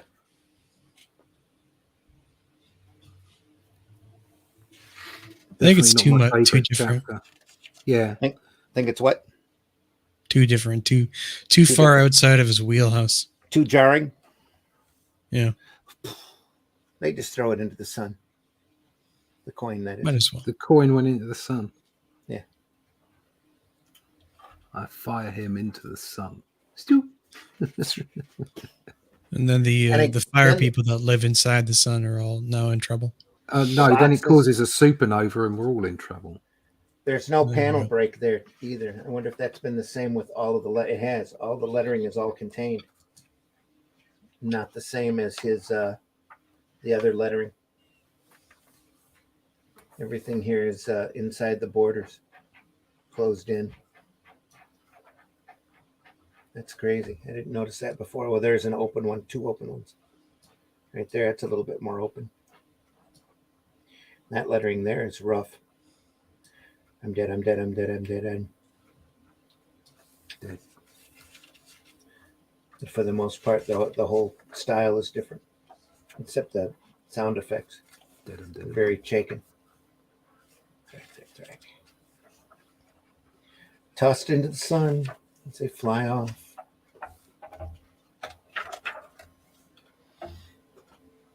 There's a bloody coin. Hmm. Hey, we went through that pretty good, actually. Yeah, we done it. There's a sketch gallery here, Batlash. Looking awesome. Look at that. That's just gorgeous. Oh, we have a couple of comments that came in pretty late there, I guess. Yeah. Skip Edwards. Thanks for watching us, Skip. Yo, Skip. Yeah, I'm being quiet because you guys are being quiet. Yeah. Sorry. Was this art style a fad at the time? It seems very outdated. I think he went for an anime type look on that last bit. But if you're talking the whole style, it's all Simonson. I don't think it's dated at all. That last part was a little painful. So a little anime look to it.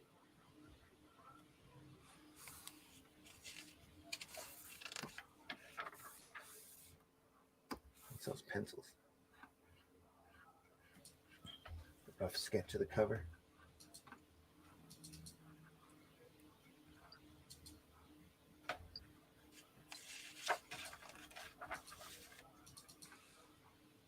Not enough of that pencil work in this book. Yeah. Should have been. I think a good idea would have been to have at least one piece per chapter. Yeah. You know, to relate. Right. Well, I'm sure Beautiful. they did the sketch gallery in order to fill out the page count. Yeah. Yeah. On the printers. Yeah. Yeah. 2, 4, 5, 2, 4 pages, 4 pages. Yeah. Cover sheet here.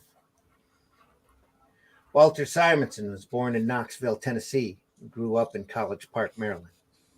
We always liked drawing pictures. He always liked drawing pictures and telling stories, and he found a place where he could do both and made a living. He's worked on Manhunter, The Metal Men, Superman, Batman, Wonder Woman, Alien, Thor, and smaller type. Yeah. The non-DC material. Yeah, notice that. Alien, Thor, Fantastic Four, Elric, World of Warcraft, and the Avengers, and the Star Slammers, among others. He looks forward to doing a lot more stories. So, from Comics Master, Walter Simonson, a saga that spans centuries.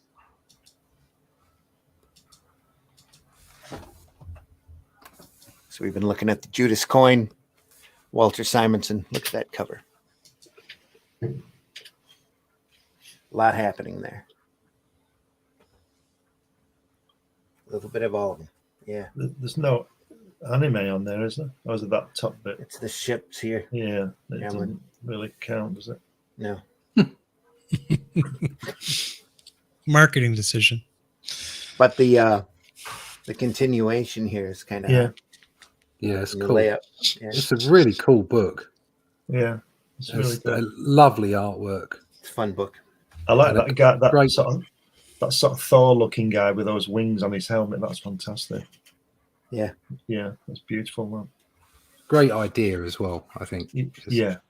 having all those, it's like going back through history and getting those different characters and putting them in, and that's Couple different more comments at the end there. Yep, I see him. I like that Two-Face eye, his normal eye, with the way it's framed in Batman's ears. Horns. Yeah.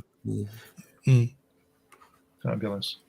Skip says, I was talking about that last section, the wanted watered down Akira style. That's anime in general. You can't. I didn't see any Akira in that at all. Akira is a whole different work of genius, actually. So, Yeah. it's just so. I mean, it's straight up manga, but it's there. Very rarely do you find. That's why it's been reprinted and revered as much as it has. It's just classic work. Akira is. Was that an Ollie's find? Yes, Harold, it was. It absolutely was. I didn't even know the book existed until I saw it at Ollie's. Capped it at $3.99. Wow. I looked to see if we had an Ollie's in Canada, and no such luck. They just advertised that a lot of their books they've taken that they had charged $6.99 for hardback covers of Rebirth and New 52 material. They knocked down to $6.99. Yeah. Yes. Yeah. It wasn't like $9.99. Some of it was $15, but those retail at 50 to 75 to $50 a hit. Knocked them down. Now they're $6.99. Please come and buy our back stuff. Please buy it. They just got to clear it out. They paid dimes on probably nickels on the dollar. It's funny. Simonson never did any X books. Yes, he did when his wife was a long time editor for X-Men. Yes, Skip X Factor did a whole couple of years worth on it. Very good. Very stylized. I've got some of those. Yeah. Editor for X-Men, New Mutants, etc. Yeah, he worked on X Factor with Wheezy there for a while. Yep, right around his Thor era. Now he did Ragnarok, which has got at least 3 or 4 volumes from IDW. Yeah, that's the last thing he's done. Some nice stuff there too. I got the first issue of the first collection of that. So, because that started off as a crowdfunder, didn't it? I don't think so. I think they did that straight for the direct market Right. and then collected it. Okay. I could be wrong. Pardon me. I could be wrong, though. I don't keep track of the day-to-day for IDW. It's just No. Why would not you? something I'm a fan to do. Though I will say they've done some beautiful work in the past. They have. Yeah. They've also done some nasty doggy material, but they're second to none when it comes to their treatment of Simonson, and the reprint collections that they've done have just been phenomenal. Yeah. I've got a thought. The artisan collections are just crazy good. They are great. And they're still doing them too. They got another one coming up here. They were advertising. They were doing another book too. I can't remember what it was that they were crowdfunding. Talking about, I don't know. Everybody I don't think it was a Turtles book. now. Yeah, everybody does. And then everybody complains that the market is reached its peak, past its prime for crowdfunding. It's like, no, it hasn't. It really hasn't. No, I think if you put out good stuff, you're going to get people wanting it. So talk to Brian Lido or Eric July. They'll tell you crowdfunding's far from dead. You just have to work harder for it now that there's more people in it. Did the economy is so Eric much do tighter. Crowdfunding though, or did he just go straight? Did Eric do crowdfunding? Yeah, or you just he did crowdfunding straight to his site though. Yeah, he didn't use a platform. He just did it on his own. He had his own platform. I think. But he invested from what he said. He invested a couple $100,000 into getting before he started anything off the ground. He invested that of his own money. Isn't what's his name? Downcast. Sweetcast. Yeah. Clint Stoker. Yeah. He's funding his latest Downcast book from his off website. Of his own platform. Yeah. I looked him up the other day because I was wondering thing. where he was. He hadn't been around. I hadn't heard anything of him in a while. He's not doing. He's focusing on books. He's focusing on making stuff. So that's cool.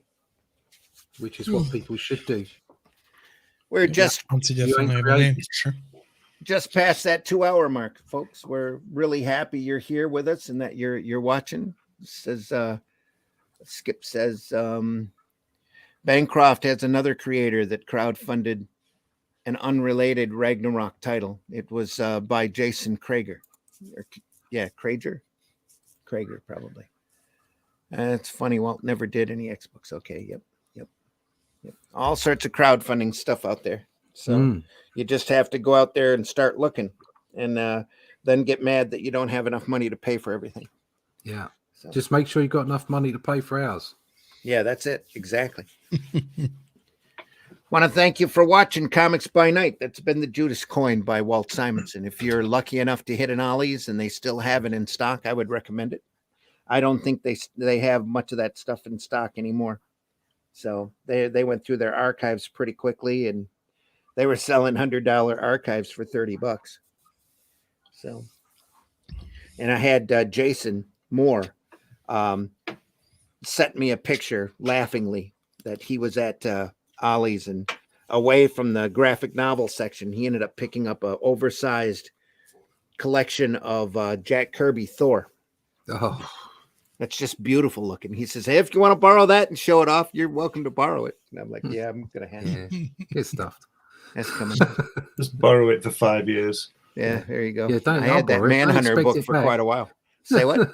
I'll borrow it. Don't expect it back. Yeah.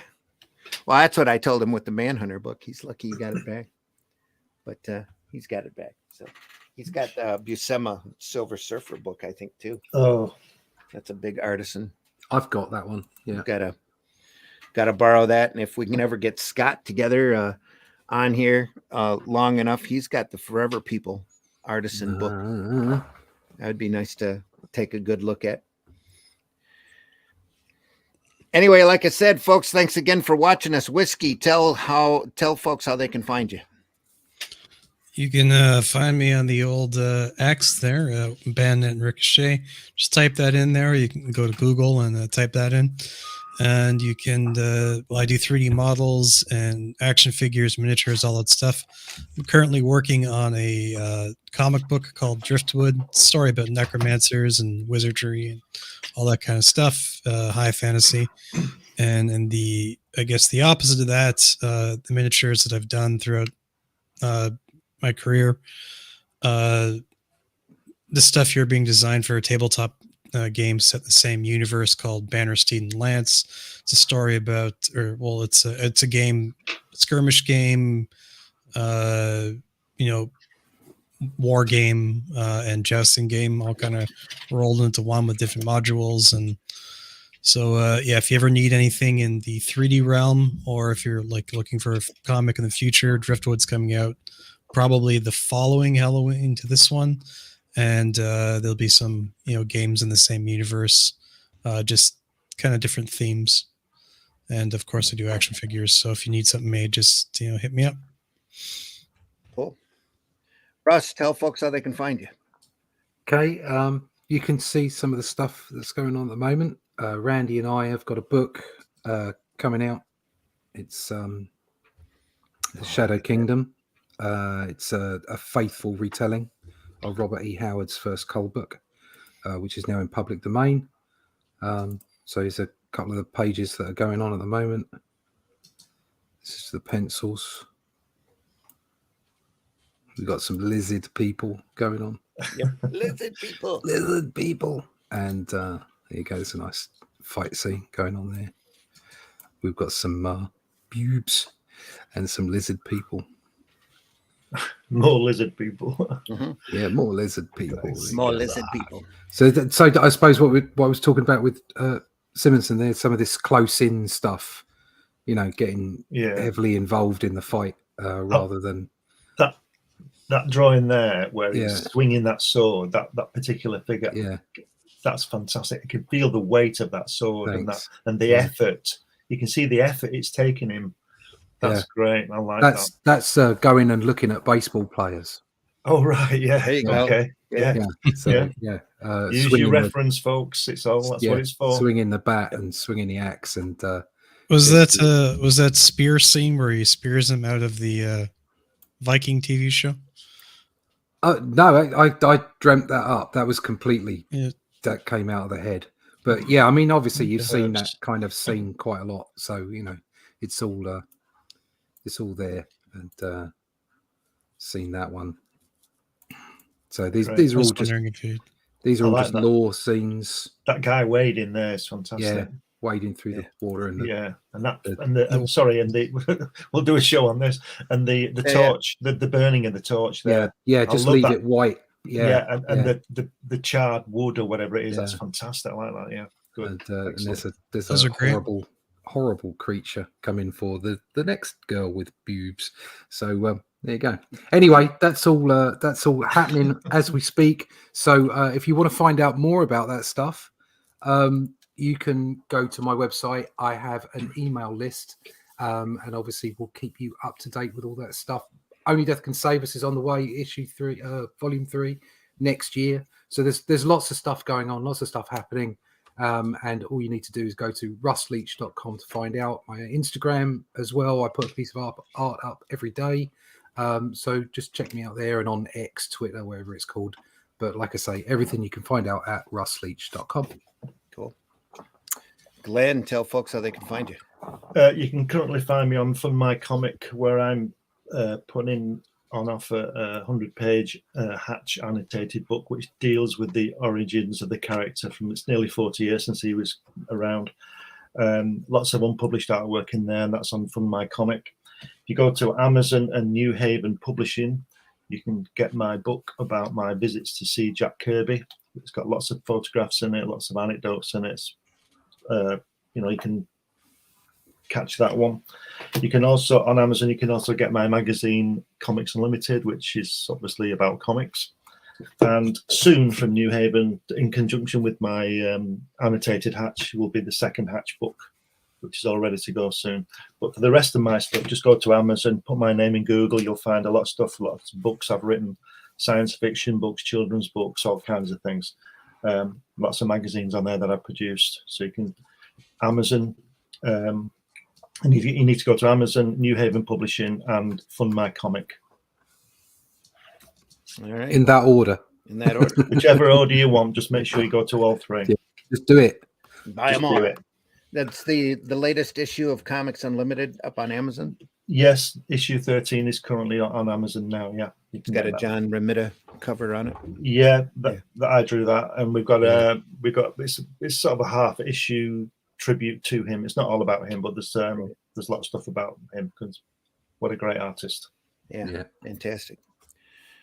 And folks, I've been your host, Randy Zimmerman. You can find me over at arrowcomics.store, where you can find such books as Hero Bot Zero, which is a book character I created, a 3-foot-tall giant robot. First issue's primarily all me. There's a little bit of Randy Schilling in there as well, but it's a 3-foot-tall giant robot as he defends the city from large monster menaces, as long as he can do it on the clock and get time and a half for hazard pay. There is a second issue also available. Third one's in production as we speak. The second issue's got a cover by Mr. Scott Rosema. It's got artwork in there by a number of other folks. Also, there at arrowcomics.store, you can get a copy of Paragon, which is a superhero story that I created. I'm kind of really proud of it. So if you get a chance to read it, please do. It's got artwork by J.R. Harris in it. It's kind of my version of Superman where to suddenly pop up today. And also over there is Calico Ashard, which is a great fantasy story that I created along with artwork from C. Michael Lanning, who just really knocked it out of the park. A lot of great fantasy elements there on that. There's also The Fool available over on fundmycomic.com. And if you go over to fundmycomic.com as well, when you're looking for Hatch over there, make sure you take a look at Out of Obscurity, which is a collection of short stories with public domain characters in it. There's Solomon Kane, there's Korak, there's the Bronze Terror, the Clock. There's all sorts of great self-contained short stories in it. And the entire book is narrated by my cartoon little monkey named Spank. So, and that's been a lot of fun. I've been drawing monkeys for the last week or so. So that's been a lot of fun. So Red Dress Press in the house. Chris just walked in. Hail, everyone. Chris. He actually sits through the whole program and just, pops up and adds to the chat. Goodbye. It's his running gag. Yeah. There's RussLeach.com. There. Oh, that's also available. Yep. That's Russ's website. Go over there and take a look. Only Death Can Save Us. A lot of great stuff over there. And again, go to we are archived over at the Indie Comics Network. I do 2 programs, usually with Russ and Glenn and Whiskey. Sunday morning is the other program at 9 a.m. where we do comics, Sunday Funnies, where we do Sunday Funnies. And this particular episode coming up, I probably don't have it handy. I buried it. There we are. Oh, grab and reach. We are looking at the second half of The Great Comic Book Heroes by Jules Pfeiffer. Right. So, and there's more than one or two stories to go. We were in the middle of a Wonder Woman story, but we'll start over because Russ didn't get a chance to take a look at all of that great Peter's artwork. There's a Wonder Woman story. There's a Submariner story still to go, a Spirit story, a Plastic Man story, and a few others. So it'll be great. So that's Sunday Funnies, 9 a.m. We're all archived over at the Indie Comics Network over at Russ Leach. Is it Russ or Black Belt? Comic Book Black Belt? Comic Book Black Belt is my YouTube channel. But again, it was russleach.com. Everything's there. Okay. And the Randy Zim YouTube channel all of our stuff's archived over there as well for the last, almost the last year now. We are celebrating a year's worth of Comics by Night. We deeply appreciate our audience. We've been doing this for a year, actually a little more than a year. Our first program was the first weekend in September. So here's the second. Yep. Oh, that's just, believe it or not, time flies when you're having fun. Yeah, believe it or not, that we didn't only do Watchmen. Yeah. No, we did loads of stuff. There's so much other great stuff over there. Go take a look at those sites. Enjoy those archives. The majority of our watchers are after the fact anyway, but we do appreciate this work, and we love that you love it as much as we do. And we hope that you go over there and enjoy everything that we've done. So, and in the process, make sure you buy alternative and independent comics. This is such a great art form, folks. Don't let the modern stuff discourage you. If you don't like that stuff, there's so much other great material out there for you to enjoy. Go out there and find some of that stuff over at your retailer. Look through those old boxes. Some of them are sitting on the floor or close to the floor that might even have a little bit of dust on them. The magazine boxes, the graphic novel boxes, you'd be amazed what these retailers have available for you that are just phenomenal, great material. Doesn't the new stuff, in our opinion, the majority of it doesn't come close unless you're working in alternative and independent markets. But there's so much great comic art out there. We hope that you go out there and enjoy this wonderful art form. Buy alternative and independent comics, especially ours. Try to leave this business in better shape than what you found it. We love what we do, and we love talking about it as well, which is why we run over 2 hours a lot of times. But hey, folks, remember that hating ain't creating.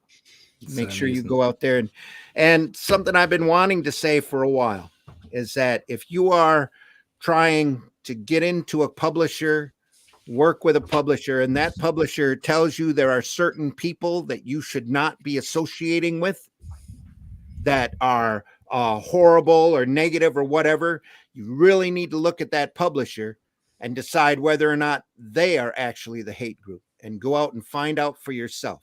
And if you find this so-called bigotry and this bit of evil or whatever, just because somebody voted the wrong way, you should let everybody know that you found it, because I'm not hearing a whole lot of that out there. There's supposed to be all of this evil about, and it just does not exist. There are great comics out there by great people, and it doesn't matter what their opinion or viewpoint or political voting is, as long as it's great books.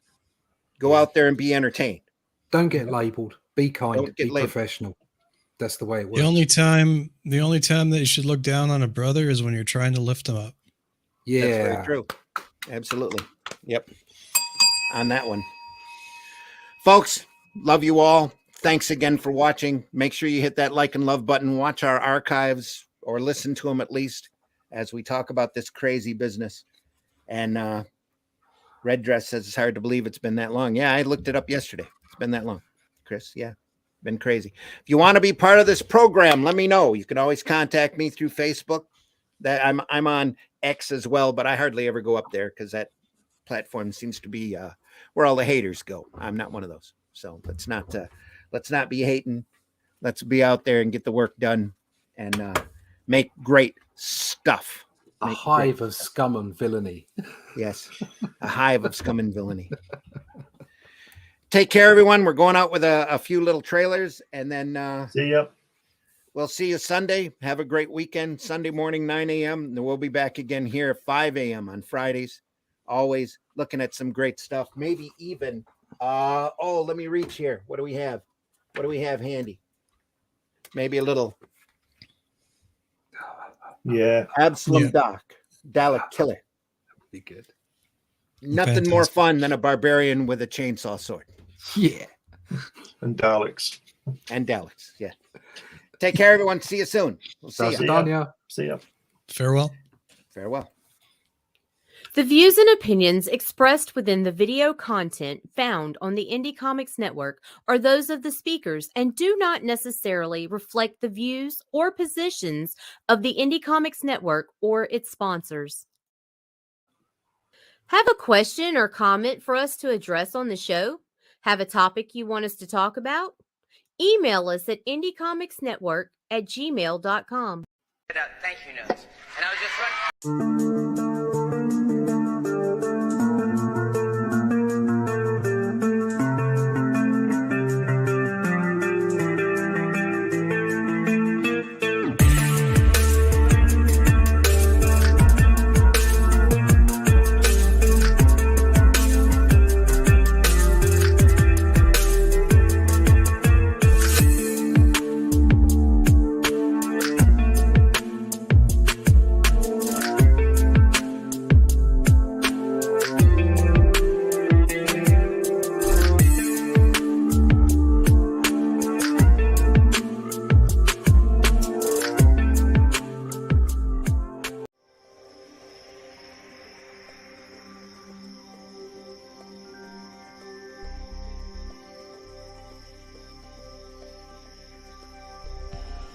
What was that?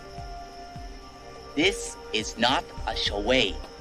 We It's need never a sway. total concentration. Now, once again, this time, with theory. Some men just want to watch the world burn. Can't nobody tell me nothing. How dare you? Get off my lawn.